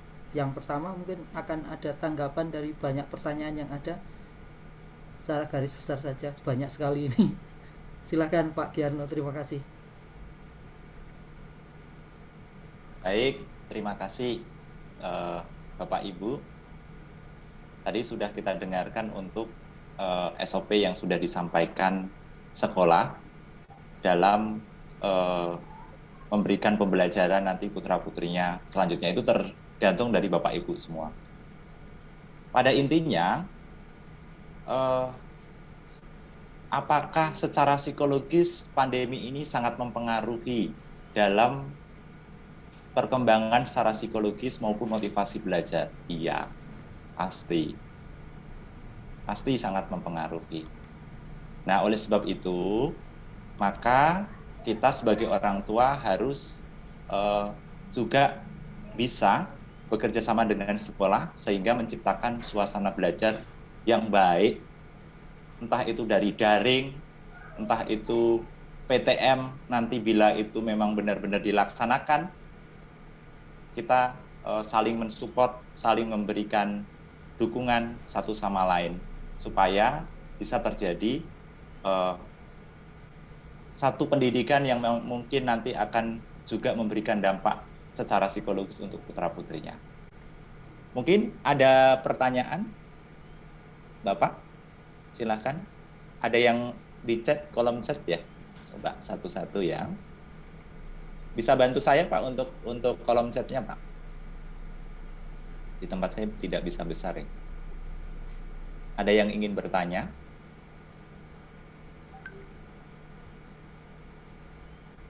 Atau secara langsung juga boleh ingin bertanya?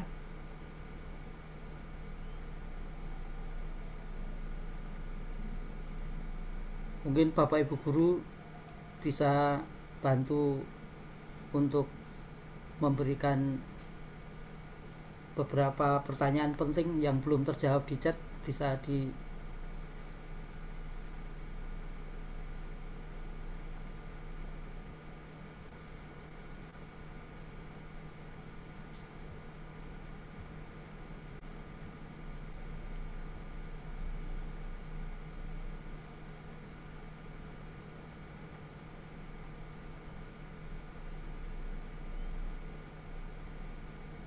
Halo, siang Pak.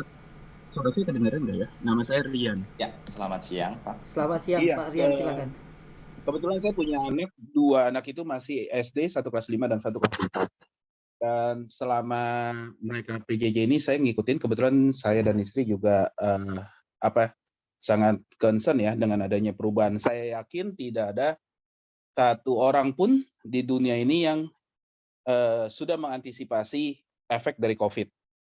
Termasuk kita pun di dalam pekerjaan juga banyak dinamika istilahnya masuk work from home, whatever itulah mekanismenya, tapi kita pun beradaptasi dengan setiap, bukan hitungan bulan, tapi hitungannya hari. Kita mantau hitungan per hari. Nah, saya tertarik dengan data yang disampaikan oleh Pak Giarno bahwa terjadinya istilahnya beberapa hal yang saya melihat dari sisi akademis, penurunan konsentrasi dan sebagainya. Nah, poin yang saya mau tanyakan sebenarnya ada dua, kebetulan karena ini Pak Giarno dan pihak sekolah. Poin pertama, data yang disampaikan itu ada data dari yang Bapak sampaikan secara general, betul ya? Bukan spesifik ke BHK. Nah, yang saya pengen tanya, bagaimana dengan BHK sendiri? Di luar sana, general segala macam, data itu nggak relevan kalau penilaian terhadap BHK. Jadi ini pertanyaannya satu ke pihak BHK, bagaimana data-data pembanding? Datanya BHK, berapa murid yang berapa persen murid yang mengalami penurunan? Kalau ada penurunan, analisanya seperti apa? Tentunya kita nggak bisa ngambil patokan datanya Pak Giarno dipakai sebagai baseline untuk BHK, karena itu dua hal yang berbeda. Sama kalau kita bilang, oh ya Omikron begini di negara lain, di Indonesia belum tentu. Bisa tambah buruk, tambah bagus juga bisa. Oke, itu pertanyaan untuk pihak BHK. Saya pengen data BHK-nya itu seperti apa dan analisanya, bukan cuman menyampaikan kayak bagi raport poinnya sekian, tapi kenapa anak penyebabnya apa? Misalkan penurunan itu terjadi, lalu apa langkah-langkah yang sudah dilakukan oleh pihak BHK untuk merecovery-nya? Itu poin pertama untuk BHK. Pertanyaan kedua untuk untuk Pak Giarno adalah saya koreksi kalau saya salah, tapi itu kan concern ke arah muridnya. Sedangkan saya tahu murid bisa lebih tertarik, lebih menarik untuk belajar segala macam itu juga karena ada interaksi. Nah, sekarang bagaimana dengan step-step apa saja yang porsinya itu di gurunya, di pengajarnya? Apa yang kita bisa tambahkan? Karena dengan medianya semakin semakin terbatas dengan online ini aja, saya sendiri soalnya concern terhadap pendidikannya, karena yang saya observe metode pengajaran either itu cuma PowerPoint atau YouTube diupload atau link YouTube itu diupload, tapi apakah mungkin karena media pembelajarannya yang terbatas itu yang menyebabkan minat siswanya ini turun? Kan ada banyak faktor ya, kita lihat. Nah, kalau siswa itu skornya turun, itu kan result-nya. Tapi prosesnya seperti apa? Nah, mungkin Pak Giarno sendiri ada nggak tips-tips yang mungkin bisa di-share juga terhadap pengajar. Pengajar di sini bukan Bapak Ibu guru yang ada di sekolah aja ya, termasuk peralihan fungsi orang tua menjadi guru pun di rumah itu kan pengajar. Nah, itu mungkin yang kita bisa belajarin, yang kita bisa observe. Mungkin itu aja, Bapak Ibu. Terima kasih. Baik. Saya boleh Pak jawab? Iya. Nah, baik, terima kasih. Wah, luar biasa ya pertanyaannya. Jadi gini Bapak Ibu, sebenarnya kami dari Lembaga Psikologi itu bisa untuk melihat dari perkembangan lebih ke motivasi belajar setiap anak. Mungkin Bapak Ibu pernah mendengar yang namanya program asesmen data pemeriksaan tes psikologi. Itu sebenarnya itu untuk analisa awal untuk melihat dari psikologis anak. Jadi ketika misalnya pembelajaran itu daring, ya pasti di situ ada kendala pasti, tetapi secara psikologis kita bisa melihat itu berdasarkan hasil tes psikologi. Nah, itu mungkin bisa membantu untuk pemetaan kelas. Nah, pemetaan kelas itu bisa digunakan untuk pihak sekolah untuk mengetahui salah satunya ya potensi, kemudian motivasi belajar, terus kemudian kita juga bisa melihat karakter, kepribadian, cara proses pembentukannya itu tahapannya sudah seperti apa, kita menjajarkan dengan fase perkembangannya itu seperti apa, itu nanti bisa terlihat sangat jelas. Nah, kalau saran kami sih lebih pada asesmen data psikologis itu sangat penting. Ada banyak sekolah ketika mau masuk sekolah itu perlu ada analisa data psikologis itu, tujuannya adalah untuk pemetaan kelas sebenarnya. Jadi kalau biasanya kami juga memberikan biasanya kerjasama dengan sekolah-sekolah, misalnya mau masuk sekolah, itu biasanya catatan yang harus dipegang oleh guru, oleh sekolah, itu adalah catatan kondisi psikologis anak. Apalagi saat ini, masa-masa saat ini memang pada dasarnya anak butuh itu. Betul, tadi yang dikatakan Bapak tadi, memang pembelajaran saat ini itu ya hanya PowerPoint, hanya apa. Itu tujuannya sebenarnya, itu untuk hanya motivasi belajar anak ini supaya tidak turunnya itu terlalu berlebih. Ada kegiatan sebenarnya seperti itu. Kenapa kok diadakan PJJ? Itu sebenarnya kalau ditanya, PJJ ini nggak efektif ya Pak? Ya pasti nggak efektif. Tetapi daripada kita tidak melakukan itu, nanti justru motivasi belajar anak itu akan turun. Maka dari itu, kalau misalnya saat ini dari pemerintah itu sudah ada kebijakan atau pelonggaran itu sebenarnya memang sudah punya analisa data itu berdasarkan survei mungkin ya, kebanyakan siswa lebih ke psikologisnya atau lebih ke beban orang tuanya itu mungkin sudah sangat matang sekali. Tetapi memang dalam istilahnya kalau di sini kan untuk menyamakan persepsi dari orang tua itu kan mempunyai kebutuhan yang berbeda-beda dan juga pemikiran yang berbeda-beda, itu juga yang menjadi salah satunya adalah hambatan. Tetapi secara psikologis di sini juga sekolah tadi sudah menyampaikan bahwa ini sosialisasi ini silahkan digunakan sebaik mungkin karena ini yang sangat mempengaruhi dalam nanti motivasi belajar putra-putrinya. Saran saya Pak, itu bisa kita lakukan pendampingan secara psikologis. Kalau misalnya sekolah memang berkenan, nanti kita bisa bantu untuk mengungkap data secara psikologis untuk putra-putrinya. Jadi nanti kita bisa bantu menggunakan analisa psikologi itu untuk pemetaan kelas, untuk metode belajarnya seperti apa, apakah ada penurunan secara psikologis, terus motivasi untuk belajarnya itu seperti apa nanti terlihat. Atau gaya belajar yang tadi saya bicarakan awal tadi juga sangat terlihat, ada bakat, ada minat, itu juga nanti akan terungkap. Kurang lebih seperti itu mungkin dari pihak BHK, ada yang ingin menambahkan? Baik, terima kasih Pak Giarno. Nanti dari Bapak Ibu Suster kalau mau melengkapi boleh dikirim aja ke grup orang tua. Yang berikutnya mungkin dari Dr. Liska, ada dengan pertanyaan-pertanyaan yang muncul secara random saja. Ya, siang Pak, sorry saya interupsi sebentar. Silakan. Saya tadi tanya ada 2 loh Pak, satu ke pihak BHK juga. Boleh ditanya kan pihak BHK-nya? Untuk BHK nanti biar disiapkan oleh suster. Oke, baik, saya tunggu. Terima Silakan, kasih. Bu Liska. Iya Pak, terima kasih. Sepertinya nggak terlalu banyak ya pertanyaan-pertanyaan seputar ini COVID saat ini, dan semuanya sudah saya jawab di kolom chat Pak. Oke, terima kasih Ibu Liska. Jadi Bapak Ibu yang berkaitan dengan pertanyaan kepada Bu Liska bisa lihat di chat. Kemudian saya kasih kesempatan untuk suster untuk memberikan penjelasan berkaitan dengan pertanyaan dari orang tua Faith kelas 5E, Bapak Rian. Ya, saya Faith dan Hope. Suster atau Pak Win, Pak. Nanti Pak akan Win, dibantu oleh silakan. Pak Win. Ya. Baik, terima kasih Pak Rian atas pertanyaannya.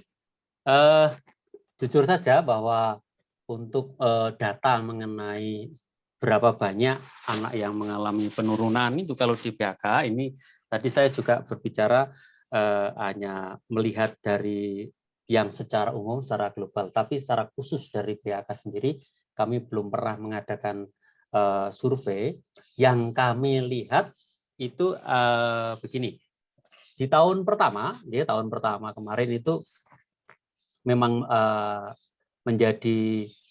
menjadi apa ya, polisi bagi kami bahwa semua anak itu naik kelas ya, semua anak naik kelas untuk mempertimbangkan psikologi anak, artinya anak tidak belajar secara apa ya namanya, tadi ada yang menyebutkan kurang efektif untuk belajar PJJ, tapi ya mau tidak mau harus dijalankan, dan yang terjadi bahwa anak harus naik apapun itu hasilnya. Itu yang terjadi di tahun pertama.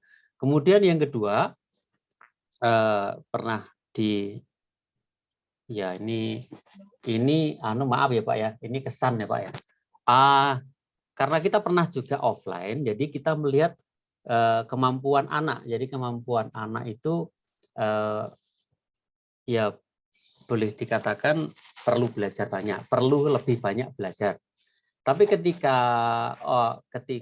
online ya, ketika online kemudian mengikuti apa namanya, entah itu PH, entah apa, itu nilainya bisa lebih tinggi dari yang ketika offline itu, katakanlah apa ya namanya ya bisa jadi bisa lebih tinggi dari yang apa.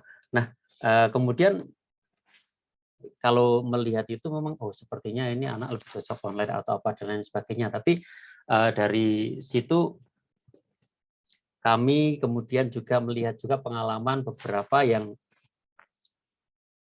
sepertinya nilainya bagus-bagus, kemudian ketemu lagi di offline ya Pak, ketemu lagi di offline, lalu untuk memulai lagi supaya anak konsentrasi dari awal itu memang juga agak kesulitan karena anak mungkin sudah terbiasa online di rumah, kemudian ada juga mungkin yang perlu bantuan, ada juga yang dibantu oleh orang tuanya ketika sampai di sekolah harus mengerjakan sendiri.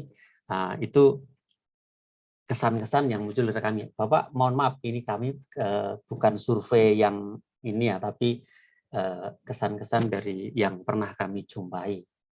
Untuk sementara itu Pak, yang bisa kami sampaikan Pak. Ya, terima kasih Pak. Jangan salah paham, jadi pada prinsipnya gini loh, saya sendiri, kebetulan saya dan istri ini bekerja di dunia medical. Jadi kita tahu perkembangan COVID seperti apa, dan saya tadi mengutarakan ya terima kasih karena pihak sekolah memberikan keputusan, memberikan pilihan kepada orang tua untuk melakukan izin PJJ atau secara offline. Ya, itu yang saya apresiasi. Jadi itu bukan paksaan, karena kalau dilihat dari segala macam peraturan yang Bapak sampaikan, terakhir peraturan itu adalah di bulan Januari, dan sejak beberapa hari belakangan ini, which is sudah masuk Februari, kita tahu sendiri data di lapangan itu adalah angka COVID melonjak dengan drastis. Oke, silakan Bu Dokter juga kalau mau ditambahkan, silakan, itu yang mungkin lebih real gitu ya. Jadi maksud saya melihat perkembangan COVID ini kan kita masih belum tentu, masih belum jelas modelnya seperti apa. Makanya tadi saya sempat tanyakan, sebenarnya kita juga kan concern masalah efektivitas dan result dari pengajaran. Bagaimanapun sekolah atau dunia pendidikan saat ini kan metode pengukurannya itu adalah berdasarkan nilai. Nah, kita bisa tahu apakah ada penurunan apa istilahnya penurunan konsentrasi, psikologi anak yang kurang bagus dan sebagainya, itu kan imbas hasilnya measurement yang kita bisa lihat itu adalah dari nilai raport, betul ya? Nah makanya tadi yang saya tanya kan yang Bapak sampaikan tadi kan baru hanya asumsi atau observasi, bukan berdasarkan data yang benar-benar dilakukan assessment. Nah saya rasa akan lebih bagus juga Pak kalau misalnya kita juga lihat apa istilahnya dari pihak sekolah, tentunya kami sebagai orang tua juga akan mendukung. Tapi kalau misalnya dari pihak sekolah akan melakukan assessment, benar nggak sih dengan PJJ ini kita akan apa istilahnya anak-anak ini banyak yang kehilangan minat dan sebagainya, bla bla bla. Nah kalau misalnya saya juga awal-awal saya sempat kaget lah, kok sekolah kalau misalnya offline bisa sekian jam dari jam 7 pagi sampai jam 1 siang. Nah, dengan online sekarang mulainya jadi jam 8. Satu-satunya yang saya observasi dari anak saya adalah bangunnya jadi lebih siang. Tadinya lebih pagi, lebih semangat, karena apa? Perlu memperhitungkan waktu tempuh dan sebagainya. Nah, itu yang saya lihat juga. Jadi, dan waktu mereka belajar kok jadi makin pendek dibandingkan kalau mereka offline. Mungkin kepotong sama istirahat dan sebagainya ya. Tapi akan menurut saya sih akan lebih bagus. Tadinya saya pikir pihak sekolah sudah punya data, misalkan berapa efektif. Terus kalau misalnya ternyata dengan online apa istilahnya anak-anak makin banyak yang bosan, terus berarti kan kalau bosan media pembelajarannya seperti apa? Mungkin dari pihak sekolah ada usul seperti apa, dari pihak kami sebagai orang tua mesti bagaimana, misalkan untuk proses pendampingan. Itu sih.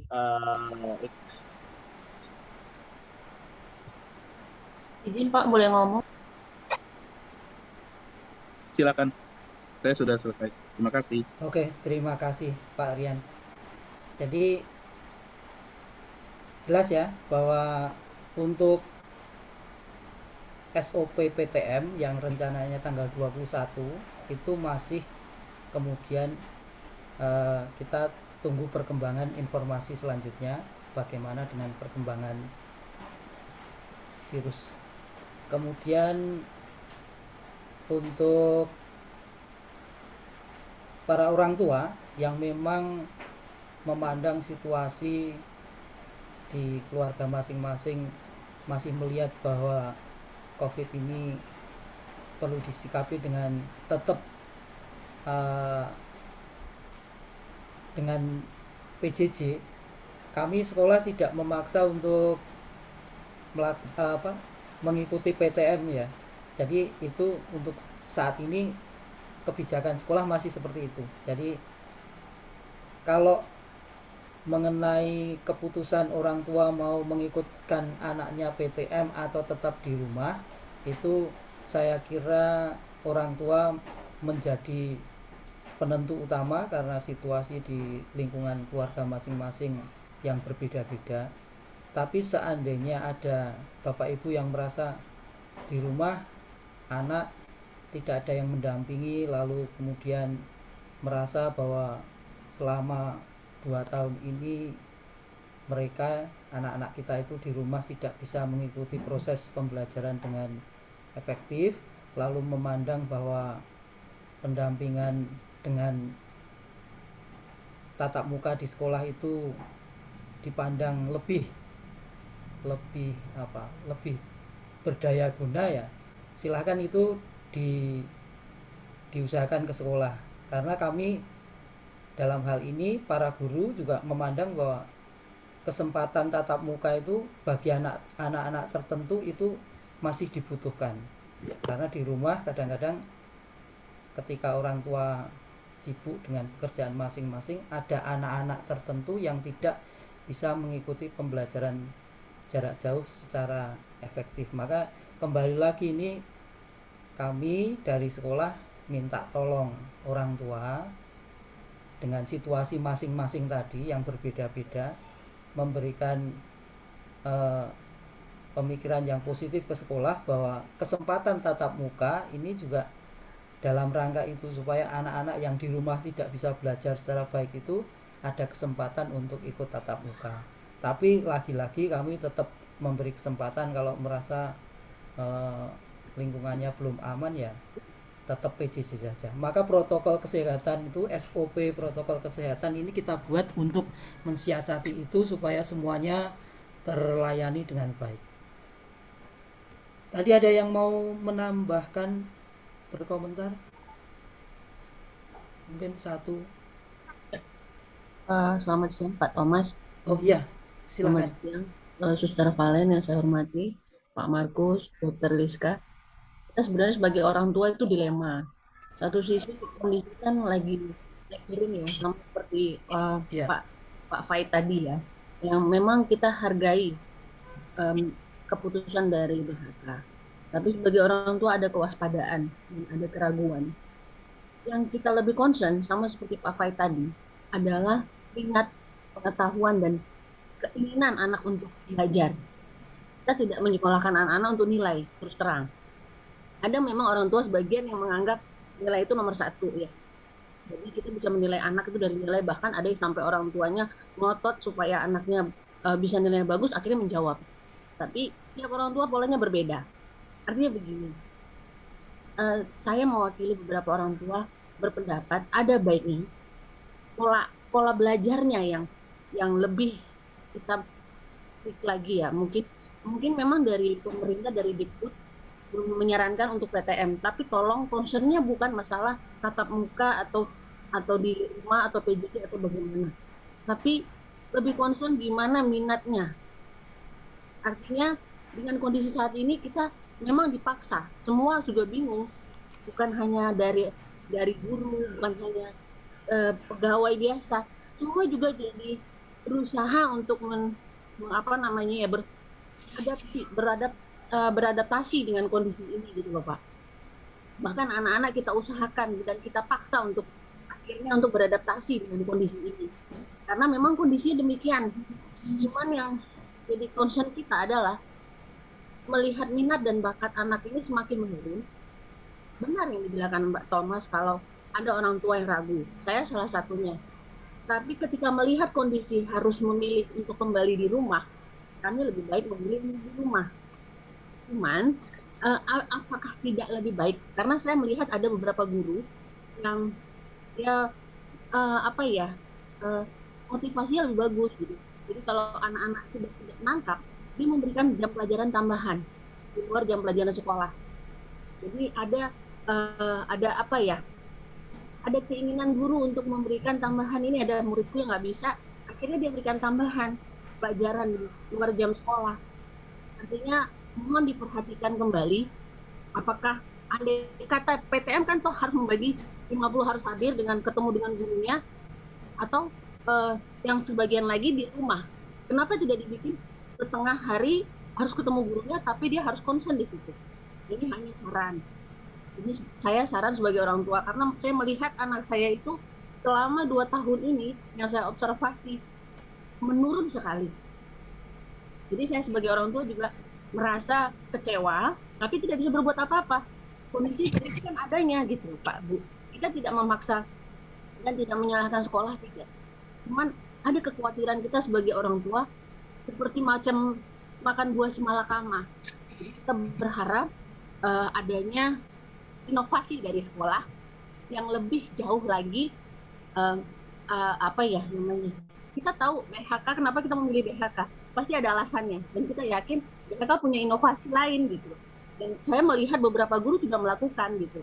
Kenapa tidak dikembangkan? Mungkin itu dari saya, Pak Thomas dan Sister Valen. Mohon maaf kalau ada salah kata. Terima kasih. Terima kasih Ibu Gandis Esti atas masukan. Selamat siang Pak Thomas. Saya boleh tolong tanya satu hal lagi?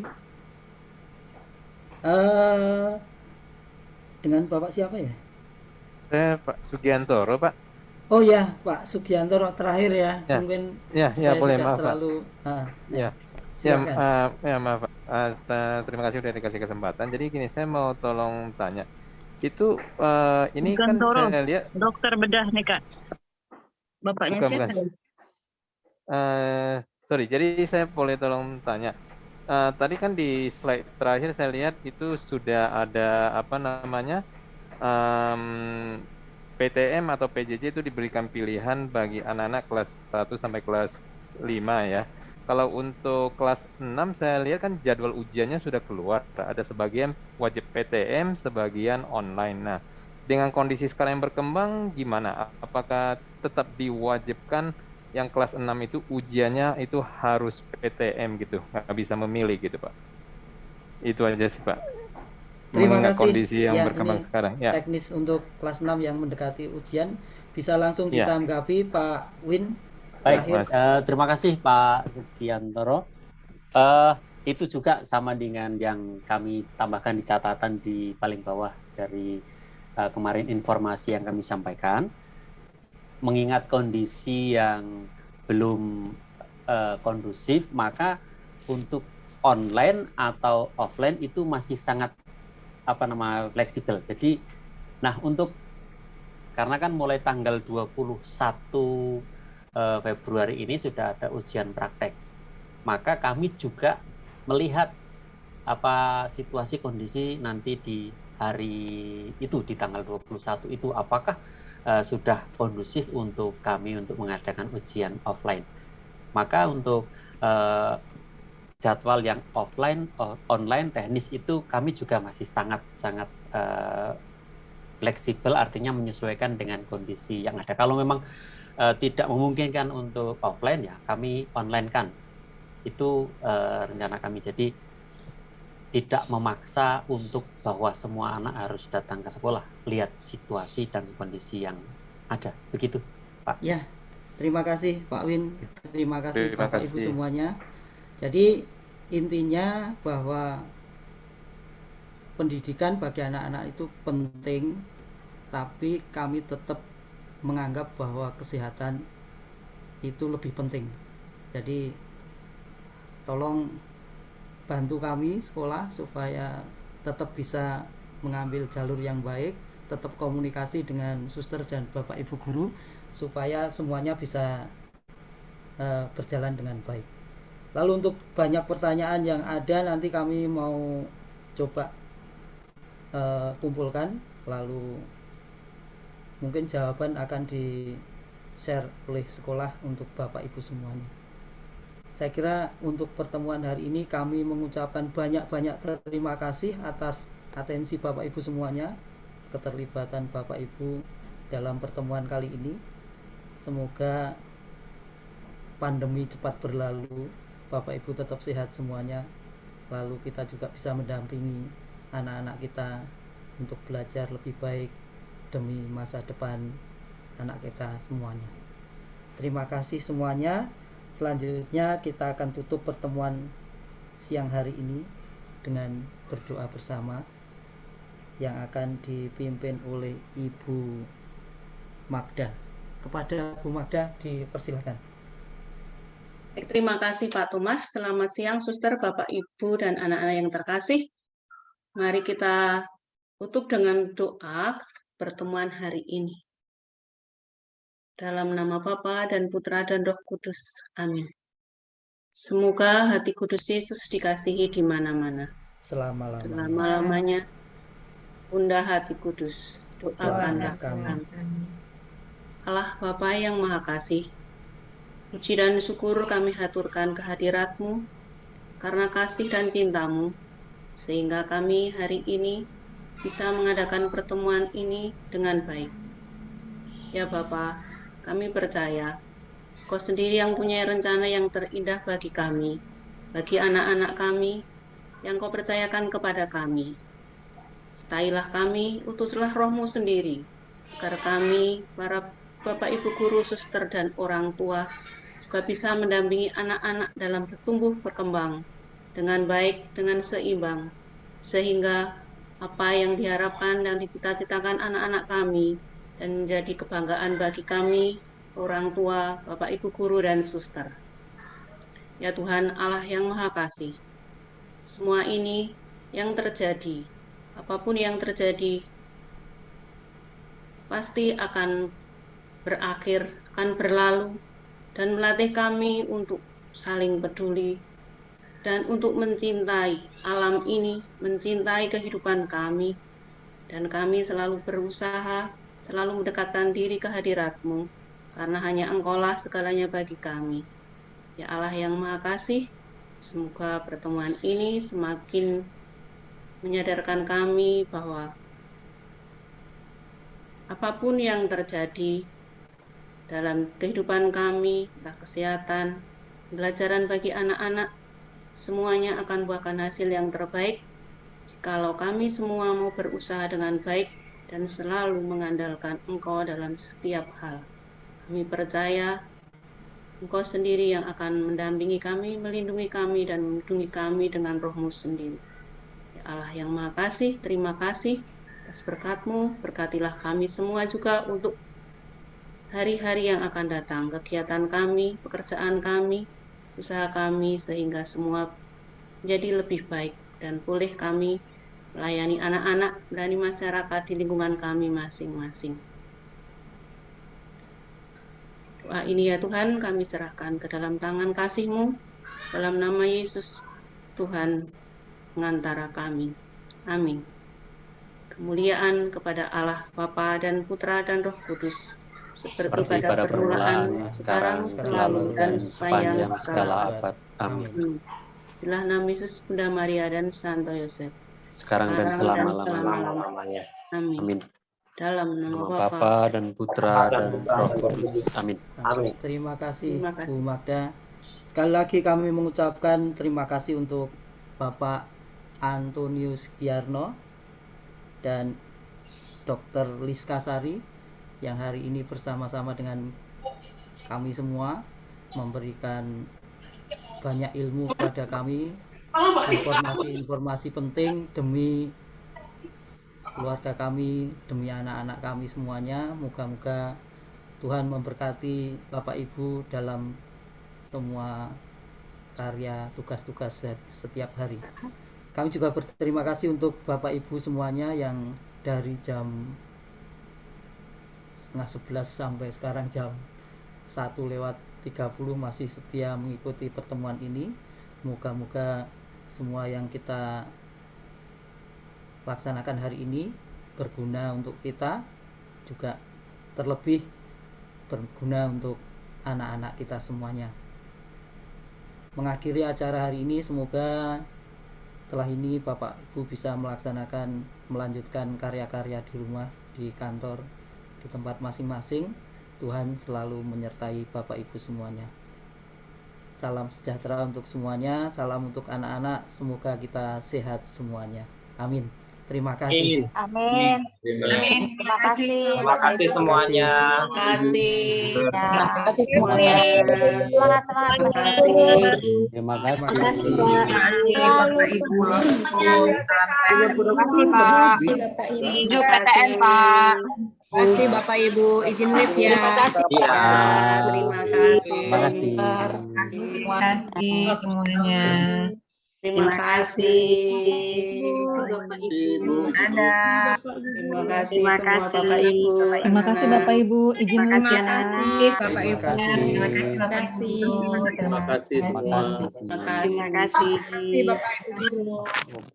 Terima kasih Sister Bapak Ibu. Pak Ibu. Terima kasih. Terima kasih juga. Terima kasih. Selamat siang. Terima kasih Suster, Bapak Ibu Guru. Terima kasih. Terima kasih. Terima kasih Ya. Bu. Terima kasih.